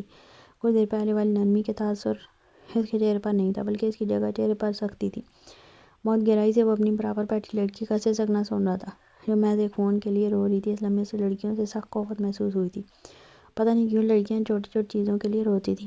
یہ بات اس کی سمجھ سے بالاتر تھی. Will you please stop crying? نہایت غصے سے جھڑکا تو ریم رونا بھولا آنکھیں پھاڑے اسے دیکھنے لگی. ابھی کچھ دیر پہلے ہی تو وہ موم کی طرح نرم ہو گیا تھا، اور اب اچانک واپس پہلے جیسا جلاد. سب کچھ زبردستی کرنے کے بعد وہ غصہ بھی اسی پر کر رہا تھا. شاید کچھ دیر پہلے کی نرمی کا اثر تھا کہ ریم سارا خوف بھلا کر غصے سے پھٹ پڑی تھی. نہیں ہوں گی چپ، اور ہوں گی، اور زیادہ رہوں گی، اور زور زور سے رہوں گی. اس کی زندگی میں اب ایسا انسان زبردستی گھسا ہے، وہ رونے کے علاوہ اور کر ہی کیا سکتا ہے. اب کی جتنے پیسے نہیں ہیں میرے پاس کہ پھر سے لے سکوں گی موبائل. برتھ ڈے گفٹ تھا میرے لیے بہت قیمتی تھا. بابا کتنے جتن اور محنت کر کے لائے تھے. غصے سے بولتی وہ اب واقعی زور زور سے رونے لگی تھی. جب ایان نے جھٹکے سے گاڑی روکی اور غصے سے ریم کو گھون لگا. کتنی اچھی لگتی تھی یہ لڑکی خاموش، اور جب ایسے زبان چلاتی تھی دل کرتا تھا زبان کاٹ دے. رونا بند کرو، ایان نے ضبط کرتے تنبیہ کی، لیکن وہ جواب نہ ہو شدت سے رونے لگی تھی. I said stop crying Reem Noman Ali. اب کی ایان نے اور سختی سے کہا، پر اس بار کا بھی کوئی فائدہ نہ ہوا، بلکہ وہ موبائل گود میں گرائے چہرہ ہاتھوں میں چھپائے رونے لگی. اور ایان اسے گھورے گیا. نہ جانے کیوں اس لڑکی کا رونا اتنا تکلیف دینے لگا تھا. دماغ تیزی سے چلا تھا. وہ تو یہ تک سوچ چکا تھا کہ اپنا پرانا جو اب تک اس کے پاس پڑا تھا بے تحاشا قیمتی موبائل وہ کسی بہانے سے نعمان علی کو دے دے گا، اور یقیناً اسے احمق لڑکی کو دے دیتا. مگر وہ چپ ہونے کا نام ہی نہیں لے رہی تھی. اس کی یہ سوں سوئی جانے کیوں ناقابل برداشت تھی. ایان کے جذبات و احساسات اس لڑکی کے لیے جانے کتنی تیزی سے اور اتنے زیادہ بدلنے لگے تھے. کیوں؟ اس سوال کا جواب اس کے لیے بہت خطرناک تھا. اسی لیے وہ اس سوال کا جواب فی الحال بالکل بھی چاہتا بھی نہیں تھا، جس کا گمان اسے ہو رہا تھا. کچھ لمحے ریم کو اسی طرح روتا ہوا دیکھ بعد اس نے آگے کی جانب جھکتے فرنٹ سیٹ کے سائیڈ میٹ کے نیچے سے سلور پسٹل نکالی، جو سائز میں کچھ چھوٹی تھی. پھر وہ پسٹل ریم کے سر پر رکھ دی. اپنے سر پر کچھ سخت سا محسوس کرتے ریم نے چہرے سے ہاتھ ہٹایا، پر یہ دیکھ ہوش اڑنے لگے کہ وہ ظالم اس کے سر پر بندوق تانے بیٹھا تھا، صرف اس کے رونے پر. ریم کو اچانک کچھ لمحے پہلے والا ایان یاد آیا، جو صفاقیت سے کتنی بری طرح ان لڑکوں کو زخمی کر چکا تھا. تو اس کے لیے کیا مشکل تھا، وہ جلاد اس پر گولی چلا دیتا. چپ ہو رہی ہے یا ہمیشہ کے لیے چپ کرواؤں؟ سرد ترین لہجے میں سوال کرتا وہ اسے اس وقت کوئی خون اور شم بلا لگا. تو ہوش میں آتے ریم سہمی انداز میں ہاتھ کی ہتھیلیوں سے اپنے آنسو صاف کرنے لگی، جو لاکھ کوشش کے باوجود بھر بھر کے آنکھوں سے بہہ رہے تھے. گڈ، مجھے یقین ہو گیا تم لاتوں کی بھوت ہو. میں غلط باتوں کا استعمال کرتا ہوں. مسکرا کر گن واپس اپنی جگہ پر رکھتے اس نے ایک نظر غصے اور خوف سے خود کو دیکھتی ریم کو دیکھا اور گاڑی سٹارٹ کی. آئس کریم کھوگی؟ کچھ دیر بعد گاڑی روشنیوں کے رستے پر آئی تو ایان نے نرمی سے پوچھا. وہ جو جب سے آنسو رو کے بیٹھی تھی، ایک بار پھر اس کی نرمی کو دیکھتے آنکھوں سے آنسو نکلے. یہیں بیٹھنا، باہر مت نکلنا. سختی سے وان کرتے ایان نے گاڑی ایک آئس کریم پارلر کے باہر روکی. اس کے جاتے ہی ریم چہرہ ہاتھوں میں چھپاتے رو دی. یہ عذاب بن کر مجھ پر کیوں نازل ہو گئے؟ تم بہت بری ہو ایان دلشیر. وہ غصے سے چہرہ ہاتھوں میں گرائے بول رہی تھی. اللہ کرے تمہارے پیچھے بھی گنڈے پڑ جائیں اور تمہارا فون بھی ٹوٹ جائے. وہ غصے سے بول رہی تھی جبکہ کھڑکی پر اس کی جانب کھڑے ایان دلشیر کی ہونٹ دلکشی سے مسکرائے تھے. پھر ان گنڈوں کا بھی وہی حال ہوگا جو کچھ دیر قبل ان گنڈوں کو ہوا تھا. کیوں بیچارے گنڈوں کو بد دعا دے رہی ہو؟ بہت معصومیت اور سنجیدگی سے سوال پوچھا گیا تھا. پر ریم ایک دم سیدھی ہوتی اپنی سائڈ کی کھڑکی پر ایان کو کھڑا دیکھ سہم گئی تھی. جب ایان نے ہاتھ آگے بڑھایا تو اس کے ہاتھ میں آئس کریم کپ تھا، جس کی آئس کریم کے اوپر کرشڈ پستہ تھا، یعنی وہ پستہ فلیور آئس کریم تھی. تو ایان کیسے جانتا تھا اسے اسی فلیور کی آئس کریم پسند ہے؟ پہلے سوچا انکار کر دے، پھر خیال آیا وہ کون سا اس کا انکار سن لے گا، جبکہ اب خود بھی دل آئس کریم کھانے کو بچوں کی طرح مچل گیا تھا. مجھے نعمان علی نے بتایا تھا تمہیں پستہ فلیور کی آئس کریم پسند ہے. ایان نے ایک بھرپور نظر اس کے روئے ہوئے چہرے پر ڈالی، پھر اپنی طرف آتے دروازہ کھول کر بیٹھ گیا. مجھے نہیں پسند یہ فلیور. آئس کریم کا پہلے چمچ منہ میں ڈالا ہی تک منہ بگاڑتے وہ غصے سے بولی. ایان نے مسکراہٹ چھپانے کو چہرہ دوسری جانب گھمایا. میں نے یہ تمہاری پسند سوچ کر لیا بھی نہیں، یہ مجھے پسند ہے اس لیے لیا. اس کی بات سن کر ریم اس آئس کریم کو گھور کر دیکھ لگی. بس نہ چلا وہ آئس کریم ایان کے منہ پر مال دے. آنسو صاف کرو، چہرہ اور اسکارف درست کرو اپنا. ریم کے گھر پہنچنے سے کچھ دور فاصلے پر گاڑی روکتے اس نے نیا حکم صادر کیا. فی الحال وہ مزید ایک لمحہ بھی اس شخص کے ساتھ نہیں گزار سکتی تھی. یہی وجہ تھی خاموشی سے اس کا حکم مان لگی. جب حلیہ درست کر لیا تو ایان نے گاڑی ریم کے گھر کے باہر روکی. کوئی اور موقع ہوتا تو رحم منع کر دیتی، پر نہ ابھی پیروں میں چپل تھی، نہ اسے ملک کسی آنکھ کا ڈر تھا۔ گاڑی سے اترتے بنا ایان کی جانب دیکھ کے اس نے گھر کا تالا کھولا اور اندر جا کر اتنے زور زور سے دروازہ بند کیا جیسے دروازے کے درمیان ایان کی انگلیاں ہوں۔ رحم کی حرکت پر سر رکھتے گاڑی گلی سے باہر نکالی۔ اب اس کا ارادہ سیدھا اپنے گھر جانا کا تھا۔ سر بالکل بھاری ہو رہا تھا۔ اس نے اپنے واپس بند ہوتی آنکھیں دوبارہ کھولی تو اچانک آنکھوں سے روشنی ٹکرائی، جس پر وہ آنکھوں پر ہاتھ رکھ کے کافی دیر ایسے ہی غائب دماغی سے لیٹنے کے بعد اسے سب کچھ یاد آنے لگا۔ اس ظالم اور سفاک شخص کی سفاکیت کچھ دیر پہلے ہوا تھا۔ سب کچھ یاد آنے پر وہ جھٹکے سے اٹھ بیٹھی۔ بیٹھتے ہی نظر بالکل سامنے لگے مرر پر گئی، جس کے سامنے عارضہ خانزادہ شرٹ لیس بیٹھا تھا۔ اس کی باڈی کے پچھلے کٹس بہت نمایاں تھے، یوں لگتا تھا جیسے اس کی باڈی کو تراشا گیا ہو، پر ایلف کی نظر تو اس کے بازو پر کام کرتے ہاتھوں پر تھی، جہاں سرخ زخم تھا اور عارضہ اس پر کوئی لیکوڈ چیز لگا رہا تھا۔ پھر باریکی سے سفید بینڈیج کرنے لگا۔ وہ یک ٹک عارضہ کے بازو کو دیکھ رہی تھی۔ جب وہ بینڈیج کرتا کھڑا ہوا اور مڑ کر ایک نظر ایلف کو دیکھتے فرسٹ ایڈ باکس بند کرنے لگا، اس نے ایک بہت گہری نظر ایلف پر ڈالی تھی، اور یہ نظر ایسی تھی جس سے ایلف اندر تک لرز گئی تھی۔ اس کے دیکھنے پر ایلف فوراً نظریں پھیر گئی، جب اچانک اپنے دوپٹے کا ہوش آیا۔ وہ اس شخص کے سامنے بے حجاب تھی، لیکن پورا بستر ٹٹولنے کے باوجود وہاں اس کا دوپٹہ نہیں تھا۔ اپنے کھلے بالوں کو سمیٹتے وہ پریشانی کے عالم میں واپس بیڈ پر بیٹھ گئی۔ آنکھیں پھیرتے پانی سے بھرنے لگی تھی۔ کیسی طبیعت ہے؟ اب تم بے ہوش ہو گئی؟ میں تو پریشان ہی ہو گیا تھا۔ لہجہ کافی نرم اور سادہ تھا۔ نکاح کے 2 بول کیا پڑھائی گئے تھے؟ عارضہ کو اپنے دل و جان کی کیفیت کایا پلٹتی محسوس ہوئی تھی، جبکہ اتنی بربریت کے باوجود عارضہ کے اتنے مطمئن ہونے پر ایلف کو نئے سرے سے درد و رنج کا جھٹکا لگا تھا۔ وہ خود پر اس کی بے باک و گہری نگاہ محسوس کر کے خود میں سمٹی جا رہی تھی۔ تبھی دروازے پر دستک ہوئی۔ عارضہ پرسکون سا اٹھا اور دروازہ کھول کر ملازمہ کے ہاتھ سے کھانے کی ٹرے تھام کر دروازہ لاک کرتا بیڈ تک اس کے قریب آ کر بیٹھا، یوں کہ اپنے اور اس کے درمیان کھانے کی ٹرے تھی۔ ایلف، تم نے صبح سے کچھ نہیں کھایا؟ آج میں اپنی نئی نویلی دلہن کو اپنے ہاتھوں سے کھانا کھلانا چاہتا ہوں۔ شاباش، جلدی سے منہ کھولو۔ پانچ سکا ایک چمچ بھر کر عارضہ نے چمچ اس کے منہ کے آگے کیا۔ ایلف نے خود کو اس کے رحم و کرم پر بے تحاشا بے بس محسوس کیا۔ تبھی خاموشی سے اس کے ہاتھ سے نوالے کھانے لگی۔ چند ہی نوالے کھا کر ایلف نے ہاتھ سے بس کرنے کا اشارہ کیا۔ عارضہ نے بغور اس کی بھیگی لرزتی پلکوں اور گلابی چہرے کی جانب بغور دیکھا۔ مجھ سے بات نہیں کرو گی؟ عارضہ نے سنجیدگی سے پوچھا تھا۔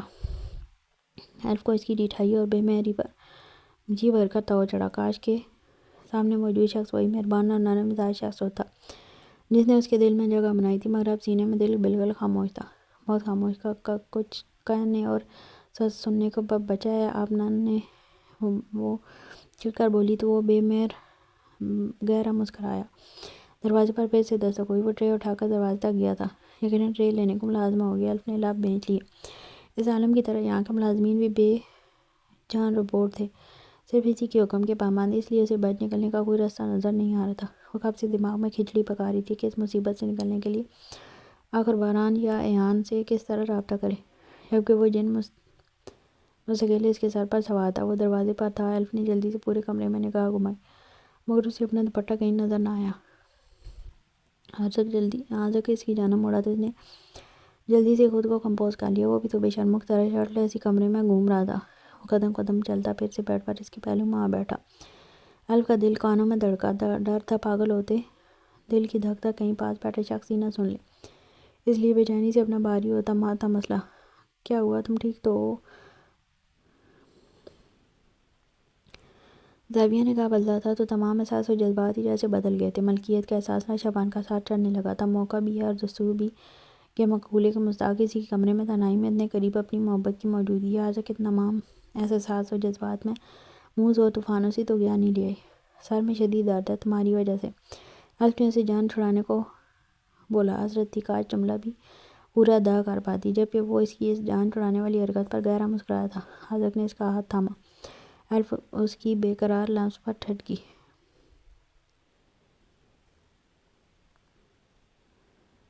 اچھا ہوا تم نے اپنی نیند اچھے سے پوری کر لی اور تھکن بھی اتار لی، رہا یہ سر درد تو منٹوں میں دور بھاگ جائے گا۔ عارضہ خانزادہ اس کا ہاتھ جذبوں کی گرم جوزیز دباتے نرمی سے بولا تو وہ بدک کے پیچھے ہونے لگی، لیکن یہ محض اس کی خوش فہمی ثابت ہوئی۔ وہ پل میں سے اور قریب کھینچ چکا تھا۔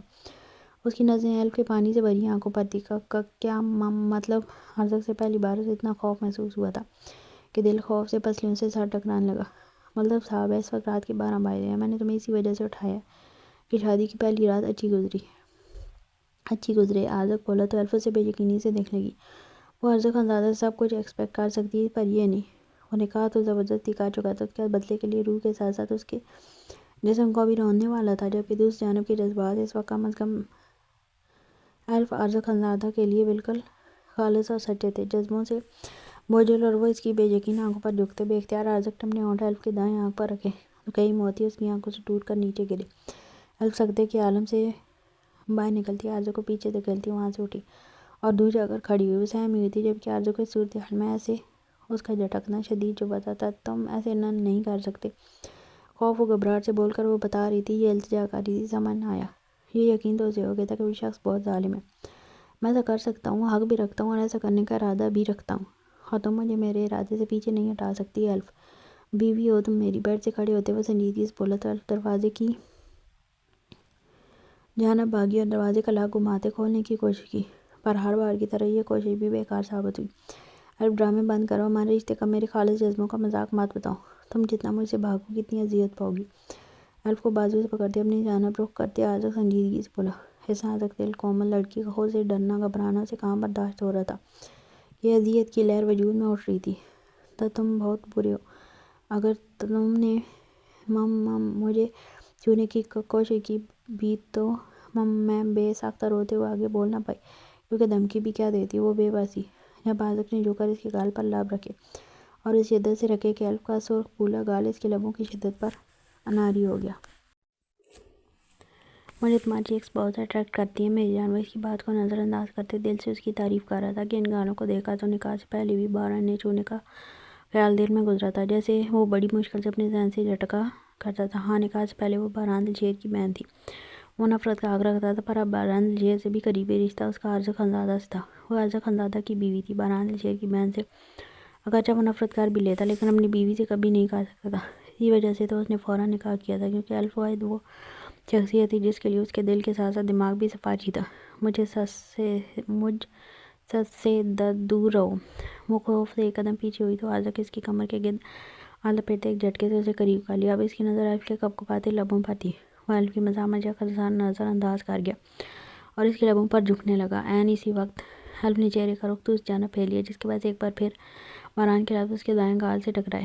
چالاک گال پسند ہے تو اس کا مطلب شوہر سے صرف گال پر پیار لوگی۔ مجھے تمہارے ہونٹ بھی بہت پسند ہے میری جان، دوسرے گال پر بھی اسی شدت سے بوسہ دیتا وہ بھاری گمبھیر لہجے میں شرارتاً بولا، جبکہ الف کی لمحہ بلمحہ تیز دھڑکن وہ واضح سن پا رہا تھا۔ دوسری طرف الف جو بہت مزاحمت کر رہی تھی سب رہگاں جا رہا تھا۔ وہ عرض خانزادہ سے شدید خوفزدہ ہو گئی تھی، جہاں نہ چلی پڑتی تھی، جسم ٹھنڈا پڑتا سون ہونے لگا تھا۔ جب عرض نے اچانک اسے بازوؤں میں اٹھایا جس پر الف کی مزاحمت مزید بڑھی، جس کے باعث عرض کے بازوؤں میں درد کی ٹیس سی اٹھی۔ سختی سے لب بھینتے اس نے الف کو بیڈ پر لٹایا اور اس کی ٹانگوں پر اپنی ٹانگیں اور دونوں ہاتھ تکیے سے لگاتے ایک جھٹکے سے اسے قابو میں کیا۔ پلیز، الف کے منہ سے بس اتنا نکل پایا۔ اس سے زیادہ بولنے کی مہلت نہ ملی، کیونکہ عرض خانزادہ نے اس کے الفاظ پر قفل لگا دیا تھا۔ میں تم سے بہران بھیا کی معافی مانگتی ہوں، ان کی سب میں میرا کیا قصور۔ چند لمحے بعد وہ دھڑکنیں معمول پر لانے کی کوشش کرتی اتنا ہی بولی تھی۔ عرض خانزادہ کے چہرے کی نرمی اچانک سختی میں تبدیل ہو گئی۔ بہت نرمی سے پیش آ رہا ہوں کیونکہ تم میری بیوی کے روپ میں میرے سامنے ہو، وہی تم سے برداشت نہیں ہو رہی شاید اس لیے بہران دلشیر کا نام میرے سامنے مت لو الف۔ اگر اس کی بہن کی حیثیت سے میرے سامنے رہی تو میری سختی اور شفقت تمہاری جان لے لے گی۔ بہران کا نام لیتے اس کے منہ کے ساتھ الفاظ اور انداز میں نفرت تھی۔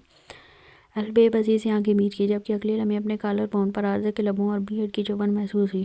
مجھے یہ ایکسپٹ کرنے کے لیے تھوڑا وقت دے دو۔ ابھی نہیں پلیز۔ آپ کی بیوی کی حیثیت سے اس ظالم سے پناہ مانگی تو عرض خاموشی نظروں سے اسے دیکھ لگا۔ وہ عرض کو ہی دیکھ رہی تھی۔ الف کو لگا وہ پیچھے ہٹ جائے گا، پر وہ تو اس کی ننھی ناک کو نرمی سے لبوں سے چومنے لگا، پھر اس کے ماتھے پر اپنے لب رکھے۔ میرے نزدیک وقت دینے سے دوری اور بڑھتی ہے، جبکہ میں تمہیں خود سے قریب تر کر لینا چاہتا ہوں۔ میں سانس بھی لوں تو تمہاری مہک میرے وجود میں سے آئے، اس لیے میں چاہتا ہوں تم میرا ضبط مت آزماؤ الف۔ میری نرمی ہر کسی کے لیے نہیں ہوتی، یہ شاید کسی کے لیے بھی نہیں۔ اگر تمہارے ساتھ اختیار کر رہا ہوں تو تم مجھے مجبور مت کرو کہ میں سختی کروں۔ کہتے ساتھ اب عرض نے الف کی جن پر اپنے لب رکھے تو الف سے سک پڑی، جبکہ دوسری جانب وہ پہلے کبھی کسی صنف نازک کے قریب نہیں گیا تھا۔ الف کے معاملے میں خود کو بے تحاشا بے بس محسوس کرنے لگا تھا۔ یہی وجہ تھی کہ الف کی مزاحمت سیسکیاں سب کچھ نظر انداز کرتا چلا گیا تھا،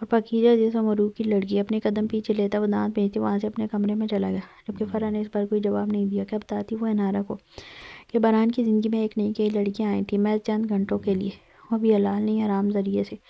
جبکہ انارا فرح کے جواب نہ دینے پر اداسی سے وہاں سے جانے لگی۔ انارا میں کل بازار جاؤں گی، کیا تم میرے ساتھ چلو گی؟ انارا کو جاتا دیکھ اس نے ایک دم پوچھا، وجہ اس معصوم دل کی لڑکی کا دھیان ڈیول کی طرف سے ہٹانا تھا جسے وہ اینجل مانے بیٹھی تھی۔ بازار میں پہلے کبھی نہیں گئی، میں نے بازار نہیں دیکھا کبھی، پر میری خالہ جاتی تھی اور اچھی اچھی چیزیں لاتی تھی۔ وہ بہت جلدی بول رہی تھی، یہ زندگی وہ خوشیاں تھی جسے وہ حاصل کرنا چاہتی تھی۔ بچپن سے ایک زندان میں بند رہی تھی جہاں اندھیرے کے سوا کچھ نہیں تھا۔ باہر کی دنیا میں اس نے کبھی قدم ہی نہیں رکھا تھا۔ اس کے نزدیک باہر کی دنیا ایک فیری ٹیل جیسی تھی۔ ہاں، بازار میں ہر طرح کی بہت پیاری پیاری چیزیں ملتی ہیں، تم ساتھ چلنا، بہت مزہ آئے گا۔ اپنے لیے کچھ لے بھی لینا۔ فرح اسے کہتے کام میں مصروف ہوئی، جبکہ انارا کا دل ایک بار پھر بوجھل ہو گیا۔ پر میرے پاس تو پیسے ہی نہیں ہیں، بہت اداسی سے کہا تو فرح کا دل کی اپنا سر پھولے۔ وہ کیسے بھول سکتی تھی یہ بات؟ انارا سے لاکھ ہمدردی تھی، لیکن اس کا گھر بار تھا، وہ انارا پر پیسے نہیں لوٹا سکتی تھی، اس لیے مجبوراً واپس انارا کو باران کی طرف موڑنا پڑا۔ کیونکہ بات اب زبان سے نکل چکی تھی، وہ ٹال نہیں سکتی تھی انارا کو۔ تمہیں یہاں مہینہ ہو گیا، تم باران صاحب سے اپنی تنخواہ مانگ لو، سب کو کل ہی ملی ہے، تمہیں بھی دے دیں گے۔ یہ سنتے انارا سوچ میں پڑ گئی کہ اب کیا کرے۔ اسے تو یہ علم بھی نہیں کہ زریمان نے باران سے تنخواہ کی بات کی تھی یا نہیں، اور زریمان نے تھوڑا سا چہرہ پھیرا تھا کہ پلٹ کر ایک فون کال نہیں کی تھی، پر باران نے اسے یہی کہا تھا وہ نوکری پر ہے، پھر تنخواہ تو ضرور بنتی تھی۔ کوئی سوچتی وہ کچن سے نکل کر اپنے کمرے میں چلی گئی۔ وہ الگ بات تھی اسے باران سے ڈر نہیں لگتا تھا، لیکن اس بات کے لیے بھی جگرا چاہیے تھا اور خود کو تیار کرنا تھا تاکہ باران سے بات کر سکے۔ فرح کے حکم کے مطابق کھانا باران کے کمرے میں پہنچا دیا گیا تھا۔ فرح نے حکم کے مطابق کھانا باران کے کمرے میں پہنچا دیا تھا۔ دوپہر اپنے کمرے میں آرام کرنے کے بعد وہ فارمل ڈریسنگ میں تیار ہوا تھا۔ اپنا والیٹ، موبائل اور کار کی کیز اٹھاتے وہ روم سے باہر نکلا۔ اسے ضروری کام سے باہر جانا تھا اور اس سے پہلے ان کی مخالف کمپنی کا آنر محسن قاسم اس کے گھر آ رہا تھا۔ وہ ڈرائنگ روم میں گیا تو اسے زیادہ انتظار نہیں کرنا پڑا۔ کچھ ہی وقت میں محسن قاسم وہاں آ گیا اور اس کے آنے کا مقصد باسل تھا۔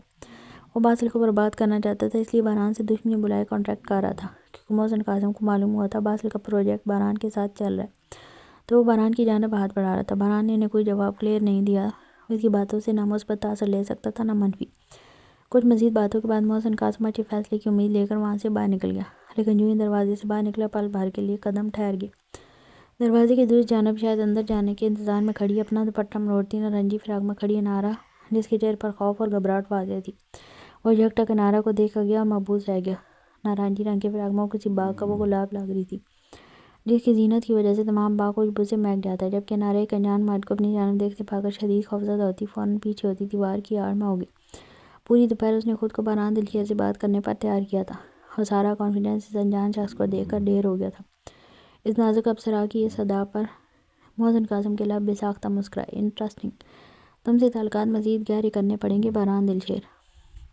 وہ دل میں خود سے مخاطب ہوتا لمبے لمبے ڈاگ بھرتا وہاں سے باہر نکل گیا۔ جبکہ انارا جو یہ سمجھنے لگی تھی کہ اب وہ بالکل نارمل زندگی گزار سکتی ہے کیونکہ باران سے اسے کبھی خوف محسوس نہیں ہوتا، تو وہ یہ سمجھنے لگی تھی وہ ٹھیک ہو گئی ہے۔ پر اب کسی مرد کو دیکھ کر اس کا وجود پل میں خوف سے لرز گیا تھا۔ لیکن لمحوں بعد گھر میں باران کی موجودگی یہ سوچ اس کا جسم اور ذہن نارمل ہونے لگا۔ وہ اس کا محافظ تھا، اس کے ہوتے ہوئے اس کے ساتھ کچھ غلط نہیں ہوگا۔ وہ یہ سوچتی مطمئن ہوتی، گہری سانس لے کر واپس قدم اس جانب بڑھاتی ڈرائنگ روم میں داخل ہوگی۔ باران جو ٹیبل سے اپنی چیزیں سمیٹنے لگا تھا انارا کو دیکھ کے ٹھٹک کر رکا۔ وہ حسین تھی، اس میں کوئی شک نہیں تھا، پر باران کو وہ ہر بار پہلے سے زیادہ پاکیزہ لگتی تھی، جو انمول تھی۔ انارا نے ایک نظر باران کو دیکھا اور نظریں جھکا کی۔ وائٹ فارمل شرٹ اور بلیک پینٹ میں اس کے ہلکے ہلکے بکھرے بال، سانولا رنگ، وہ واقعی ایک بہت خوبصورت خوبرو مرد تھا۔ کوئی کام ہے؟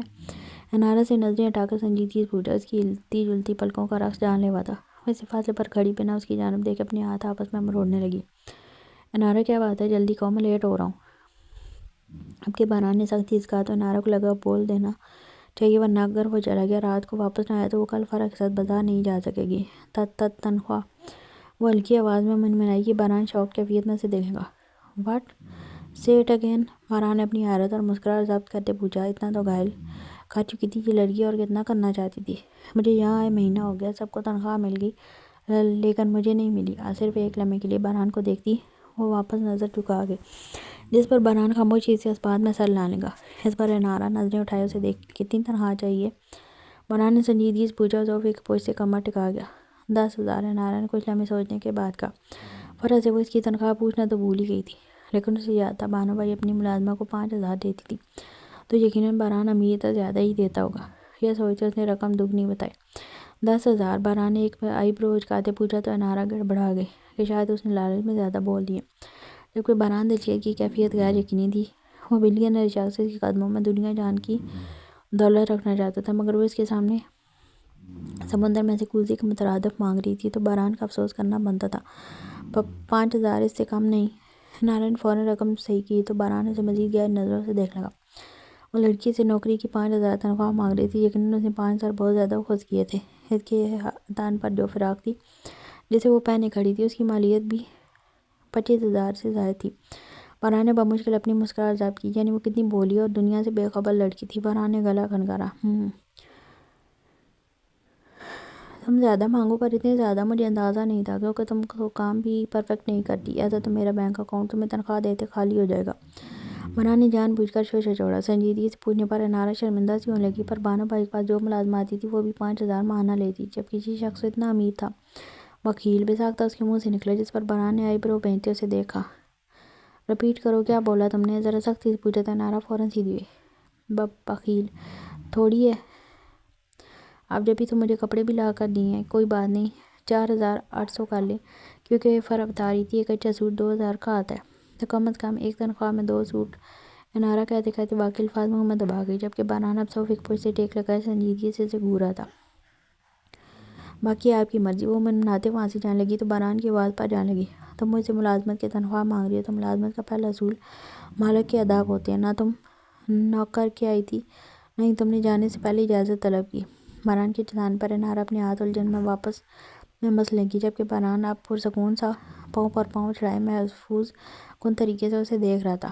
اس کا ٹٹل پنک ریبٹ آج کل چالاک لومڑی بننے کی کوشش میں تھا، پر بھول گیا تھا چال بدلنے سے ذات نہیں بدلتی۔ وہ جتنی بھی چالاکی کرتی پر بن نہیں سکتی تھی، بلکہ ہر چالاکی کے وقت وہ باران کو اور معصوم لگتی تھی۔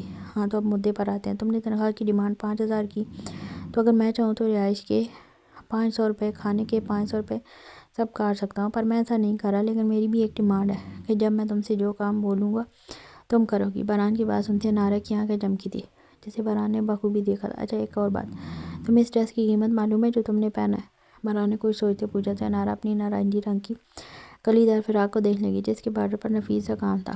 آستین پر ہلکے ہلکے ہم رنگ باریک نگینے تھے۔ بلا شبہ سادہ مگر خوبصورت فراق تھی۔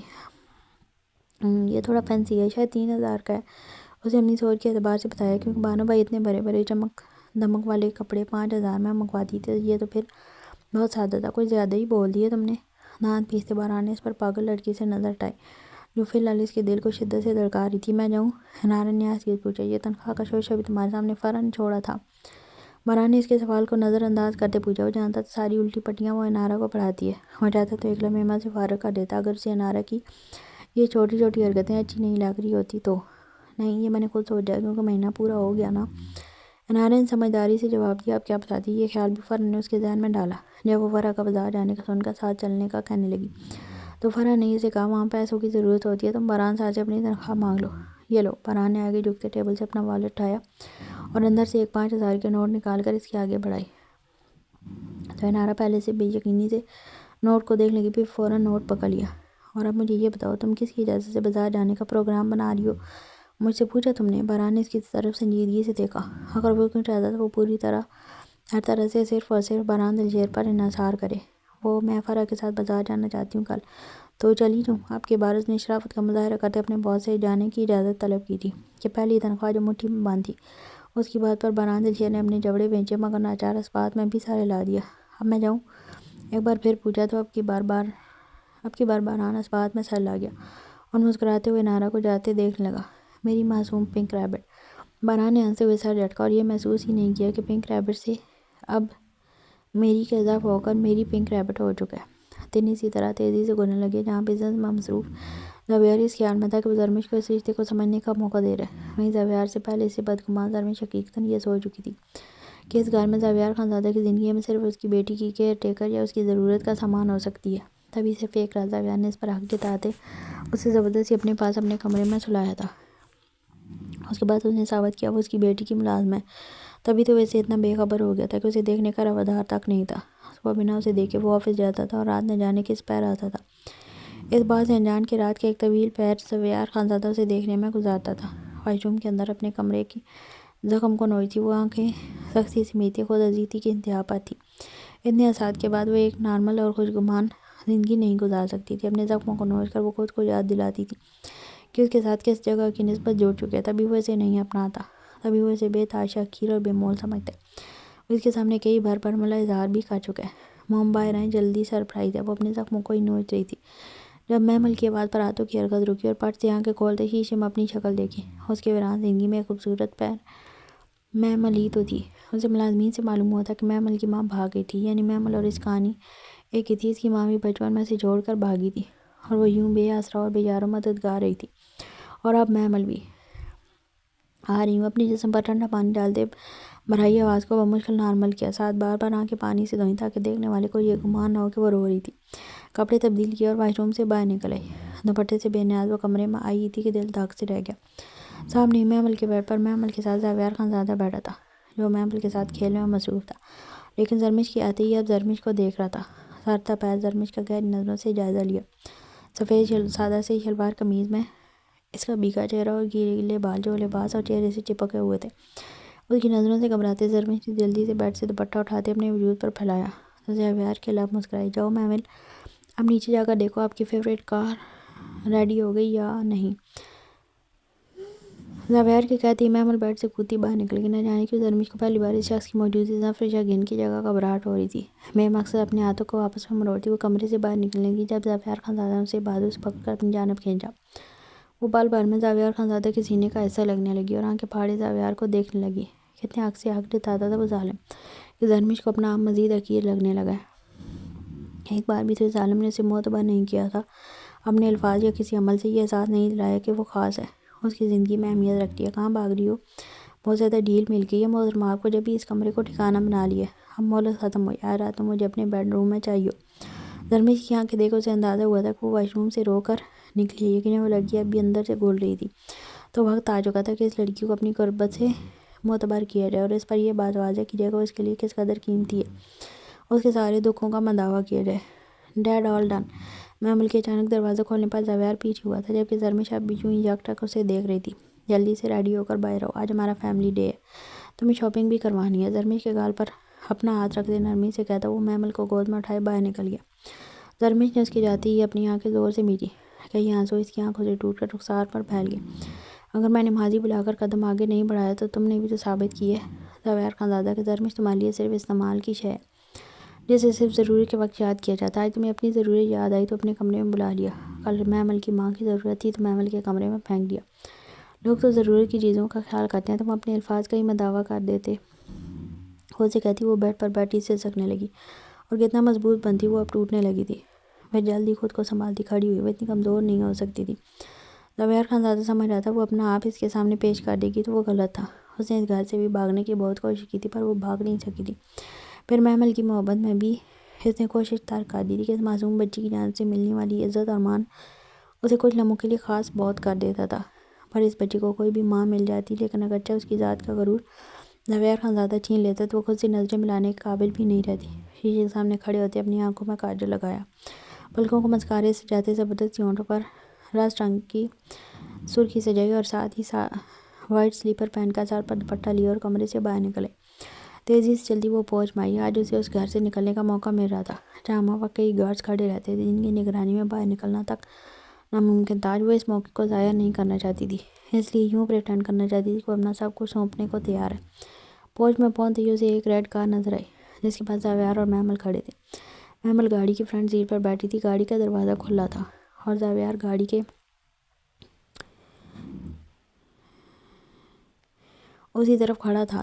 زرمش خاموشی سے گاڑی کا پچھلا دروازہ کھولنے لگی جب زاویار نے اس کی کلائی تھامتے اسے روکا۔ تمہاری جگہ فرنٹ سیٹ پر ہے، سنجیدگی سے کہتے محمل کو سیٹ سے نیچے اتارا۔ زرمش کا دل بے اختیار تیز دھڑکنے لگا، ایک مرتبہ پھر وہ اسے عزت دینے کا ڈھونگ کر رہا تھا، ورنہ کیسے ممکن تھا اپنی بیٹی کی جگہ اسے دیتا، پر ایسا ہی ہوا تھا۔ محمل خوشی خوشی گاڑی کی بیک سیٹ پر بیٹھ گئی تھی اور زاویار خانزادہ ڈرائیونگ سیٹ پر۔ زاویار نے محبت پاش نظروں سے اس کی حسین آنکھوں کو دیکھا جس کا کاجل لگا کر دو اچھا کیا گیا تھا۔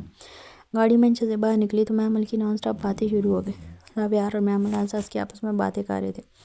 ان سب کے دوران زرمش کا ذہن تیزی سے کام کر رہا تھا۔ گزرتے رستوں کو دیکھتی وہ اپنے دماغ کو بھاگنے کے لیے تیار کر رہی تھی۔ اس وقت وہ یہ فراموش کر چکی تھی کہ جتنا اس نے زندگی میں مکتا ہے وہ صرف اپنی دہلیز اور چھت چھوڑنے کا نتیجہ تھا۔ موم اپنی چپ کیوں ہے؟ پیچھے سے محمل کے کندھے پر ہاتھ رکھنے سے وہ گھبرا کر ہوش میں آئی۔ اس کا گھبرانا زاویہ نے باریک بینی سے نوٹ کیا۔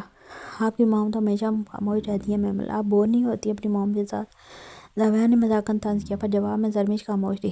نو dead, mom is so funny and talkative, she entertain Mehmal so much, she is the best. Mehmal کے کمپلیمنٹ پر زرمش ہلکا سا مسکرا دی اور زاویہ خانزادہ بھی معنی خیز انداز میں مسکرایا۔ معلوم ہو جائے گا حیرت، آپ کی موم کتنی انٹرٹیننگ ہے۔ زاویہ کی بات کا مطلب سمجھتی زرمش کا چہرہ گلال بکھیرتا سرخ اناری ہو گیا۔ زاویہ خانزادہ کو اس کے چہرے پر یہ رنگ بہت بھایا تھا۔ گاڑی سی چھیڑ چھاڑ میں پلے آپ کے باہر رکی جو شہر کے بیچوں بیچ بہت بڑے پلے لینڈ تھا۔ یہاں شہر کے گنے چنے لوگ ہی آتے تھے، لیکن یہ دیکھ زرمش کا منہ بنا کہ وہاں بھی سخت سیکیورٹی تھی۔ لب میلتے وہ بے دلی سے زاویہ اور محمل کے ساتھ اندر گئی تو حیران رہ گئی، ایسے پلے لینڈ تو خوابوں میں ہوتا تھا۔ اپنے بچپن کی حسرتیں باہر نکلنے لگی تو آنکھیں دم خود بخود نم ہو گئی۔ ان کھلونوں اور جھولوں کو دیکھتے وہ مار اور جوتے یاد آنے لگے جو ایک چھوٹی سی گڑیا کی ضد پر شبانہ اسے بے دریغ مارتی تھی۔ محمل جھولے کے اندر جا بھی چکی تھی اور زرمش یوں ہی نم آنکھوں سے ساکت کھڑی تھی، جب اچانک اپنے کندھے پر مضبوط لمس محسوس ہوا۔ چہرہ موڑ کر دیکھا تو وہ زاویہ کا ہاتھ تھا۔ اپنا ہاتھ زرمش کے گرد پھیلائے وہ اسے اپنے قریب کیے کھڑا تھا اور محمل کو مسکراتے ہوئے دیکھ رہا تھا۔ زرمش زاویہ کے چہرے کو حسرت بھری نظروں سے دیکھنے لگی۔ کتنا مکمل اور حسین مرد تھا وہ، کاش زاویہ سے اس کی شادی عام حالات میں ہوئی ہوتی، کاش زاویہ خانزادہ عام شوہروں کی طرح اسے اپنی شریک حیات سمجھتا، اسے عزت اور مان دیتا، پر کاش۔ اس کاش کی تکرار میں آنکھ کو گرد منظر دھندلا ہونے لگا تو زرمش چہرہ جھکا گئی۔ جو اس کا تھا ہی نہیں، اس پر پچھتاوا کیسا؟ اپنے دل کو بری طرح ڈپٹا جو نفرت کے دعویدار ہونے کے باوجود آج کل زاویہ خانزادہ ایک شدت سے تمنا کرنے لگا تھا۔ یکدم زاویہ نے اس کے بازو پر زور دیا تو وہ واپس زاویہ کو دیکھنے لگی۔ اس پر زاویہ بھی اسی کی جانب دیکھ رہا تھا۔ وہ نہیں چاہتی تھی، پر زاویہ کے سامنے اس کی آنکھیں پانی سے بہہ رہی تھیں اور پھر نہ چاہنے کے باوجود آنسو آنکھ سے نکلا، لیکن اس سے پہلے وہ آنسو زمین پر گرتا زاویہ خانزادہ اس کے چہرے کو اپنے سینے سے لگا گیا۔ نہ دنیا کی پرواہ تھی، نہ کسی کی زبان کی، وہ اس کی بیوی تھی بس۔ اس کے ہاتھ نامحسوس انداز میں اس کی پیٹھ رب کرتے رہے۔ وہ کچھ نہ کہتے ہوئے بھی بہت کچھ تسلی بخش کہہ چکا تھا۔ اس کا اس وقت اسے یوں سینے سے لگانا یہ کہنے کے مترادف تھا کہ میں تمہارے ساتھ ہوں، تمہارے پاس، بس تمہارا۔ بس زاویہ خانزادہ سے ایک بڑی غلطی ہوئی تھی کہ اس نے سپیس دینے کی کوشش میں زرمش اور اپنے درمیان بہت بڑی خلا پیدا کر دی تھی۔ کچھ دیر بعد اپنے احساسات کو قابو کرتے وہ زاویہ سے نامحسوس طریقے سے دور ہوئی اور خود کو محمل کی جانب متوجہ کر لیا، پر وہ زاویہ کو اپنی جانب متوجہ کر چکی تھی۔ کافی وقت پلے لینڈ میں گزارنے کے بعد وہ لوگ مال آئے تھے۔ زرمش خود خاک پسند کرتی بلکہ لیڈیز بوتیک میں کھڑے محمل اور زاویہ اس کے لیے کپڑے پسند کر رہے تھے۔ جاؤ ٹرائی کرو یہ۔ زاویہ نے ایک اناری رنگ کی ریڈ فینسی فراک اس کی جانب بڑھائی۔ زرمش نفی میں سر ہلانے لگی۔ میں نے تم سے تمہاری مرضی نہیں پوچھی، حکم دیا جا کر چینج کرو۔ زاویہ نے اب کی بار زور دیا تو زرمش زاویہ کے ہاتھ سے ڈریس تھامتی چینجنگ روم کی طرف بڑھ گئی۔ زاویہ نے ایک نظر اسے جاتے دیکھا تو دوسرے کپڑے دیکھنے لگا۔ امیر آدمی کے پاس دولت سے سوا دینے کے لیے کچھ نہیں ہوتا زرمش، زیادہ سے زیادہ تمہارے ہاتھ میں پیسے دے گا شاپنگ کے لیے، پر تمہیں دیکھنے یا تمہارے لیے کچھ پسند کرنے کا خود وقت نہیں ہوگا۔ فیکٹری میں اپنی دوست کی کئی بات یاد آئی تو زرمش لب کو تلنے لگی۔ اس کے ساتھ تو الٹا معاملہ تھا، اس کی شوہر نے پیسے نہیں دیے تھے بلکہ بغیر اس کی پسند اور رائے جانے اس کے لیے اپنی پسند سے کپڑے لے رہا تھا۔ وہ بے دھیانی میں چینجنگ روم کی طرف جا رہی تھی جب ایک جانی پہچانی آواز کی پکار پر زرمش قدم پتھر ہو گئے تھے۔ وہ بت بنی سانس روک گئی، یوں لگا ذرا سا بھی ہلی تو پاش پاش ہو جائے گی، جب اور 2.5 سے ابرار اس کے مقابل آیا۔ تمہیں دیکھ کر مجھے کس قدر خوشی ہو رہی ہے میں بیان نہیں کر سکتا۔ جتنے دن میں یہ سوچتا رہا تم کوٹھے میں ہوگی میرا دل پھٹنے لگا تھا۔ ابرار اس کے سامنے کھڑا بول رہا تھا جبکہ زرمش کو اپنا سر گھومتا ہوا لگ رہا تھا۔ پہلے زاویہ اب ابرار اور کتنے صدمے کس کس سے بچتی وہ۔ جب سانسیں تنگ ہونے لگی تو زرمش کان پر ہاتھ رکھ کے آنکھیں میچ گئی۔ نہ وہ ابرار کو دیکھنا چاہتی تھی نہ سننا۔ تم اب تک یہیں کھڑی ہو؟ زاویہ نے پیچھے سے کندھے پر ہاتھ رکھا تو زرمش کو لگا اس کے مردہ جسم میں کسی نے جان پھونکی ہے۔ وہ بے اختیار پلٹی، زاویہ کے سینے سے لگ گئی۔ زاویہ اس کی اس حرکت پر دم خود ہوتا اس کی دھڑکن شمار کرنے لگا جو معمول سے کافی زیادہ تیز تھی۔ زرمش کے ہاتھ سے ڈریس لے کر اس نے سیلز گرل کو اشارے سے بلایا اور باقی ڈریس کے ساتھ اسے بھی پیک کرنے کا اشارہ کیا۔ پھر زرمش کے چہرے کی جانب دیکھا جو بالکل زرد ہو رہا تھا۔ کچھ کھا لیتے ہیں، شاید تم نے ناشتہ بھی نہیں کیا۔ سنجیدگی سے کہتے زاویہ نے کارڈ کاؤنٹر پر اسکریچ کیا اور محمل کو گود میں اٹھاتے زرمش کی کلائی تھام لی۔ زرمش کسی بے جان گولی ایک طرح اس کے ساتھ چل رہی تھی، پر ذہن کے پردے پر کچھ دیر پہلے ہوا کہ صحیح گردش کر رہا تھا، وہ ابرار ہی تھا، اس کا خواب نہیں۔ شاید زبیر کو دیکھ وہ چلا گیا تھا۔ اب اس کے پاس اس شہر کو چھوڑ کر بھاگنے کی ایک اور وجہ تھی اور وہ ابرار تھا۔ وہ لوگ فوڈ کورٹ میں بیٹھے تھے۔ زرمش کو دیکھ زبیر نے خود ہی کھانا آرڈر کیا اور محمل کے ساتھ باتوں میں مصروف ہو گیا۔ وقتاً فوقتاً وہ زرمش کی ذہنی غیر موجودگی نوٹ کر رہا تھا۔ اس نے کسی شخص کو بوتیک میں زرمش کے پاس سے گزرتے دیکھا تھا۔ اس سے پہلے زبیر اس شخص تک پہنچتا وہ بوتیک سے باہر نکل چکا تھا۔ افسوس، زبیر اس کی شکل دیکھنے میں بھی ناکام رہا تھا اور زرمش کا اس طرح گھبرانا، وہ یقیناً کسی سے ڈری تھی۔ خانزادہ کی بیوی کو ڈرانے والے کو اپنی زندگی سے بالکل پیار نہیں تھا۔ جو بھی تھا وہ سارے معاملے تک پہنچ جاتا، پر اس وقت وہ زرمش کو مزید ڈپریس نہیں کر سکتا تھا۔ ڈیڈ فاریہ کی برتھ ڈے ہے تھرسڈے کو اور موم اور میں وہاں جائیں گے۔ محمل نے یاد آنے پر آگاہ کیا۔ اوہو، موم کے آتے ہی ڈیڈ کو آفر بھی نہیں کیا۔ ناٹ گڈ پرنسس، زبیر نے مصنوعی منہ بناتے کہا تو محمل کھلکھلا کر ہنسنے لگی۔ اوکے، آپ بھی چلیے گا، فرسٹلی مجھے ایک پیارا سا گفٹ دلا دیں، وہ والی ڈال۔ محمل نے فوڈ کورٹ کے سامنے وال سے نظر آتی گفٹ شاپ سے جھانکتی بڑی سی گڑیا کی جانب اشارہ کیا تو زبیر اپنی جگہ سے کھڑا ہوا۔ چلو، جب تک آرڈر آ رہا ہم لے کر آتے ہیں، محمل کو گود میں اٹھاتے گال چومتے کہا۔ پھر ایک نظر زرمش کو دیکھا وہ فوڈ کورٹ سے باہر نکل گیا۔ ان کے جاتے ہی زرمش نے اپنے سامنے خالی کرسیوں کو دیکھا۔ یہ قسمت یوں بھی مہربان ہوتی تھی۔ وہ بنا ایک لمحے کی دیر لگائے اپنی کرسی سے اٹھی تو اتنے میں ہی ویٹر ٹرے کھانے کی سجائے آیا۔ میم، آپ کو آرڈر۔ آپ؟ ویٹر ٹیبل خالی دیکھ پریشان ہوا تھا۔ گھبراہٹ سے زرمش کے ہاتھ لرزنے لگے۔ وہ سامنے میرے ہسبینڈ اور بیٹی گفٹ لینے گئے ہیں، میں بھی وہیں جا رہی ہوں، بس 2 منٹ ویٹ، آپ کھانا رکھ دیں۔ ویٹر کو کہتی وہ رکی نہیں تھی بلکہ بھاگتے ہوئے فوڈ کورٹ سے نکل گئی تھی اور اتنی تیزی سے اگلے فلور پر اترنے کے لیے تیزی سے سیڑھیاں اتر رہی تھی۔ محض 5 منٹ لگے تھے اسے بھاگتے ہوئے مال سے باہر نکلنے میں اور زرمش کے مال سے نکلتے ہی گفٹ شاپ میں کھڑے زبیر خانزادہ کا فون رنگ ہوا تھا۔ کال اٹھاتے ہی زبیر خانزادہ نے کان سے فون لگایا۔ آگے سے ملنے والی خبر پر بے اختیار منہ پر ہاتھ پھیرا۔ جبڑے بھیجتے خود وہ کچھ بھی غلط کہنے سے باز رکھا۔ جہاں جا رہی ہے جانے دو، نگرانی کرو، کہتے ساتھ زبیر خانزادہ فون کاٹ چکا تھا۔ اب تک جو خمار چڑھا تھا اور جو پلانز اس نے بنائے تھے، زرمش ان سب کو خاک میں ملا چکی تھی اور زبیر خانزادہ کے غصے کو دعوت دے چکی تھی۔ اب تک اس نے زبیر خانزادہ کا غصہ، طیش و اشتعال دیکھا ہی کہاں تھا جتنا وہ اب دیکھنے والی تھی۔ محمل ڈارلنگ، آپ نے گفٹ لے لیا تو گھر چلیں، زبیر نے نرمی سے مسکرا کر پوچھا۔ ڈیڈ، ہمارا لنچ؟ محمل نے اپنے باپ کو یاد دلایا جسے وہ بھول گیا تھا۔ وہ گھر جا کر لیں گے، میں پیک کروا لیتا ہوں، ابھی ڈیڈ کو ایمرجنسی کوئی ضروری کام ہے۔ محمل اور گفٹس کو اٹھاتے زبیر گفٹ شاپ سے باہر نکلا اور فوڈ کورٹ میں رکھی شاپنگ بیگز اٹھائے، کھانے کا بل پے کیا اور باہر نکل گیا۔ ڈیڈ، موم کہاں ہیں؟ محمل نے پریشانی سے پوچھا۔ زبیر خانزادہ لب اینچ کیا۔ آپ کی موم کھو گئی ہیں، بس ڈیڈ انہیں ڈھونڈنے جا رہے ہیں، جب تک آپ گھر جا کر پرے کرو۔ مال سے باہر نکلتے زبیر نے محمل کو اپنی گاڑی میں بٹھایا اور گارڈز کی نگرانی میں گھر بھیجا۔ ایسا زرمش نے سوچا تھا کہ وہ آج کوئی گارڈ سیکیورٹی نہیں ہے، جبکہ زبیر خانزادہ سب سے زیادہ سیکیورٹی کا خیال ہی محمل کی موجودگی میں رکھتا تھا کہ سول ڈریسز میں گارڈز اس کی نگرانی کرتے تھے، جس سے زرمش زبیر خانزادہ بالکل انجان تھی۔ محمل کے چہرے پر ماں کو کھو دینے کا خوف دیکھ زبیر کے غصے میں مزید اضافہ ہوا تھا۔ زبیر اپنی گاڑی میں بیٹھا اور گارڈ کو فون ملایا جو زرمش کی نگرانی کر رہا تھا، تو گارڈ سے معلوم ہوا کہ زرمش ریلوے اسٹیشن کی طرف رواں تھی۔ میں کیسے اس مکار لڑکی پر بھروسہ کر سکتا ہوں؟ Damn it!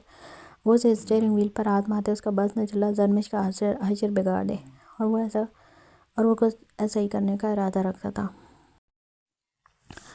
ذہن عجلت میں کمرے میں آیا تھا۔ اسے ایہان اور ضیاء کے ساتھ کہیں باہر جانا تھا۔ وہ اپنے دھیان میں کمرے میں داخل ہوا مگر بیڈ سے کچھ فاصلے پر نیچے کارپٹ پر بیٹھے وجود کو دیکھ پریشانی پر بل پڑے۔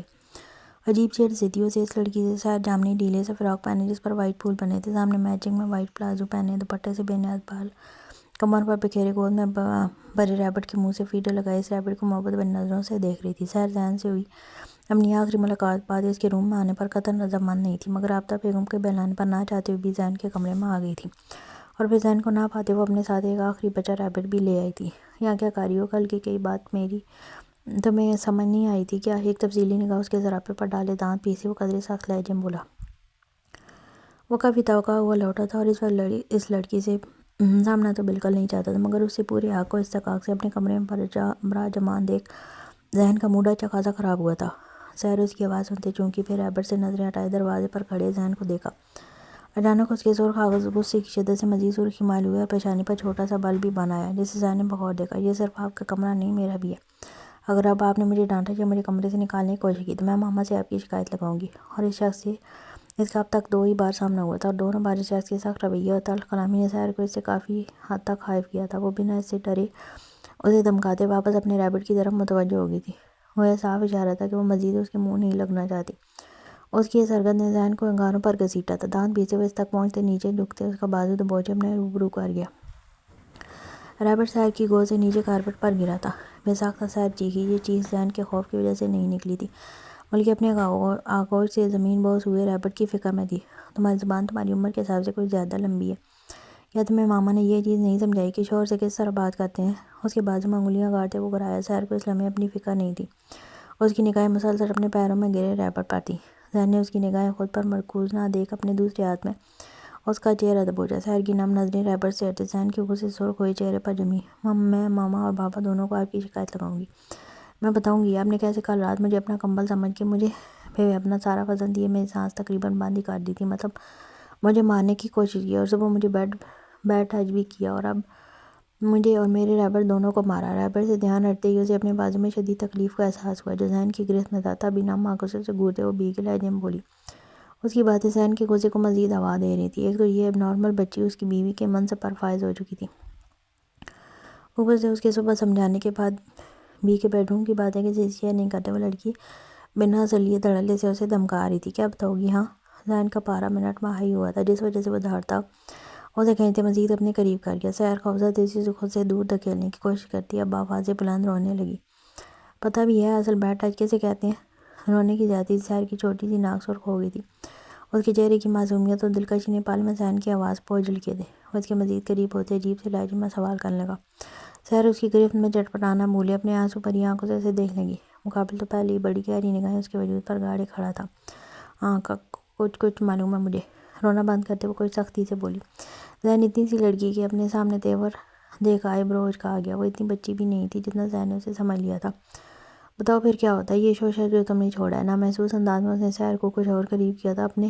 سیر اس کی قربت میں غیر محفوظ محسوس نہیں کر رہی تھی، تب بھی اس کی اتنی نزدیک پر نارمل ہی رہی، لیکن ذہن اس کی اس قدر نزدیکی اور پھر اس کے نازک وجود سے اٹھتی میٹھی خوشبو سانسوں میں تحلیل ہوتی محسوس کر کے بن پیے ہی بہکا تھا۔ کمر کو ٹچ کرنا اور ادھر ٹچ۔ اتنے وقت میں پہلی بار سیر کے چہرے پر حیا کے رنگ بکھرے تھے جو ذہن کے لیے کافی مسرور کن تھے۔ انہیں بیڈ ٹچ نہیں کہتے، اصل بیڈ ٹچ کیا ہوتا ہے میں بتاتا ہوں تمہیں۔ معنی خیز مسکراہٹ لبوں پر سجائے وہ بے اختیار سے اپنے دہکتے لب اس کے نرم گداز گال پر رکھ گیا تھا۔ سیر کے پورے وجود کو جھٹکا لگا تھا، گویا سارے جسم کا خون چہرے پر سمٹ آیا ہو۔ ایک بار پھر وہ بری طرح اس کے اثار میں مچلی تھی، مگر ذہن نے اس کا بازو اور نوز اپنی ہاتھوں کے ساتھ گرفت میں پکڑے رکھا اور ان لبوں کا لمس اپنی کن پٹی پر محسوس کر کے سیر مرنے والی ہوئی تھی۔ تبھی وہ بوکھلاتے اور کچھ نہ سمجھ آنے پر بلک بلک کے رونے لگی۔ بنا اس کے رونے کی پرواہ کیے وہ اپنا جائز آنکھ استعمال کرتے اچھے سے دلی تسلی کر لینے کے بعد مطمئن سا پیچھے ہوا، مگر اسے آزاد نہیں کیا۔ آپ تو میں پکا مما کو بتاؤں گی، آپ بالکل اچھے نہیں ہو، بیڈ ٹچ کرتے ہیں، مجھے لڑتے بھی ہیں اور مجھے مارا بھی۔ مجھے یہاں نہیں رہنا، واپس جانا ہے اپنے گھر ابھی اسی وقت۔ اس کے بازو میں چلتے وہ سکتے ہوئے زمین بولی۔ ذہن کا دل تو کیا اس کے کان کے نیچے دو لگائے، وہ جائز حق رکھتا تھا اس پہ، لیکن یہ لڑکی اس کو خود کو چھونے پہ اس کے گھر والوں کو بتانے کی دھمکی دے رہی تھی۔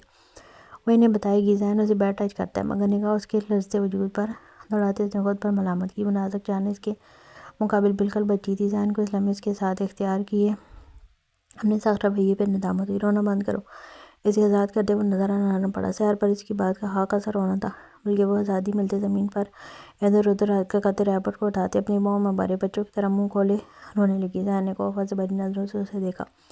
کہاں وہ اپنے لیے میچور اور پرفیکٹ لائف پارٹنر چاہتا تھا، لیکن اس کے ماں باپ نے اس کے ہاتھ میں بچی پکڑا دی تھی کہ لو اور اسے پال پوس کر بڑا کرو۔ وہ خود اپنے لیے کوئی ایسا ہمسفر چاہتا تھا جو اسے سنبھالے، اس کے لاڈ اٹھائے، مگر اسے زبردستی کی لاڈ اٹھوانے والی بچی دے دی گئی تھی۔ زہر کے گھونٹ بڑھتے ذہن اسے وہیں چھوڑے اپنے کپڑے الماری سے لیتا واش روم میں بند ہوا۔ دروازہ اس شدت سے بند کیا کہ گلا پھاڑے روتی۔ سیر خوفزدہ ہوتے اپنی جگہ سے اچھلی، مگر اپنا رونا جاری رکھا۔ کچھ وقت گزرنے کے بعد ذہن گیلے بال اپنے دائیں ہاتھ سے ماتھے پہ ہٹاتے فریش سا باہر نکلا، مگر سیر کو روتے دیکھ اس نے سب سے اپنے جبڑے بھینچے۔ میں کسی ضروری کام سے باہر جا رہا ہوں، میرے واپس آنے تک تم اس روم سے ایک بھی قدم باہر نہیں نکالو گی۔ اگر موم یا ڈیڈ میں سے کسی ایک کے بھی سامنے اپنا منہ کھولا یا کوئی فضول بکواس کی تو اسٹور روم میں لاک کر کے چھپکلیاں اور کاکروچ چھوڑ دوں گا تم پہ۔ بالوں کو کنگھی کرنے کے بعد غور پر سپرے چھڑکتے شیشے نظر آتے اس کی عکس پر ایک اصولی نگاہ ڈالے وہ اسے دھمکانے لگا۔ سیر کا چہرہ پل میں فاق ہوا تھا۔ اپنی دھمکی کارآمد ہوتی دیکھ ذہن کے لب مسکراہٹ میں ڈالے، جلدی مسکراہٹ چھپاتے وہ واپس سے سنجیدہ ہوتے اس کی طرف مڑا۔ سمجھ گئی جو بھی کہا میں نے؟ ذہن نے آئے بروج کا پوچھا۔ سیر نے شکایتی نگاہ اٹھائے اسے دیکھا، مگر زین کو خود کو گرتے دیکھ فوراً نظریں نیچے کرتے سر لانے پر ایک دفعہ کیا۔ زین سر چٹک کر باہر نکلا۔ زہر اس کی جاتے ہی پھر سے رونے لگی۔ سچ چکا تھا کہ اس کا رابط ٹھیک تھا، اسے خود سے لگائے وہ وہیں دبکی رہی۔ آج زین سے وہ کافی خوفزدہ ہوئی تھی، تبھی نہ چاہتے ہوئے بھی کمرے سے باہر نہیں نکلی۔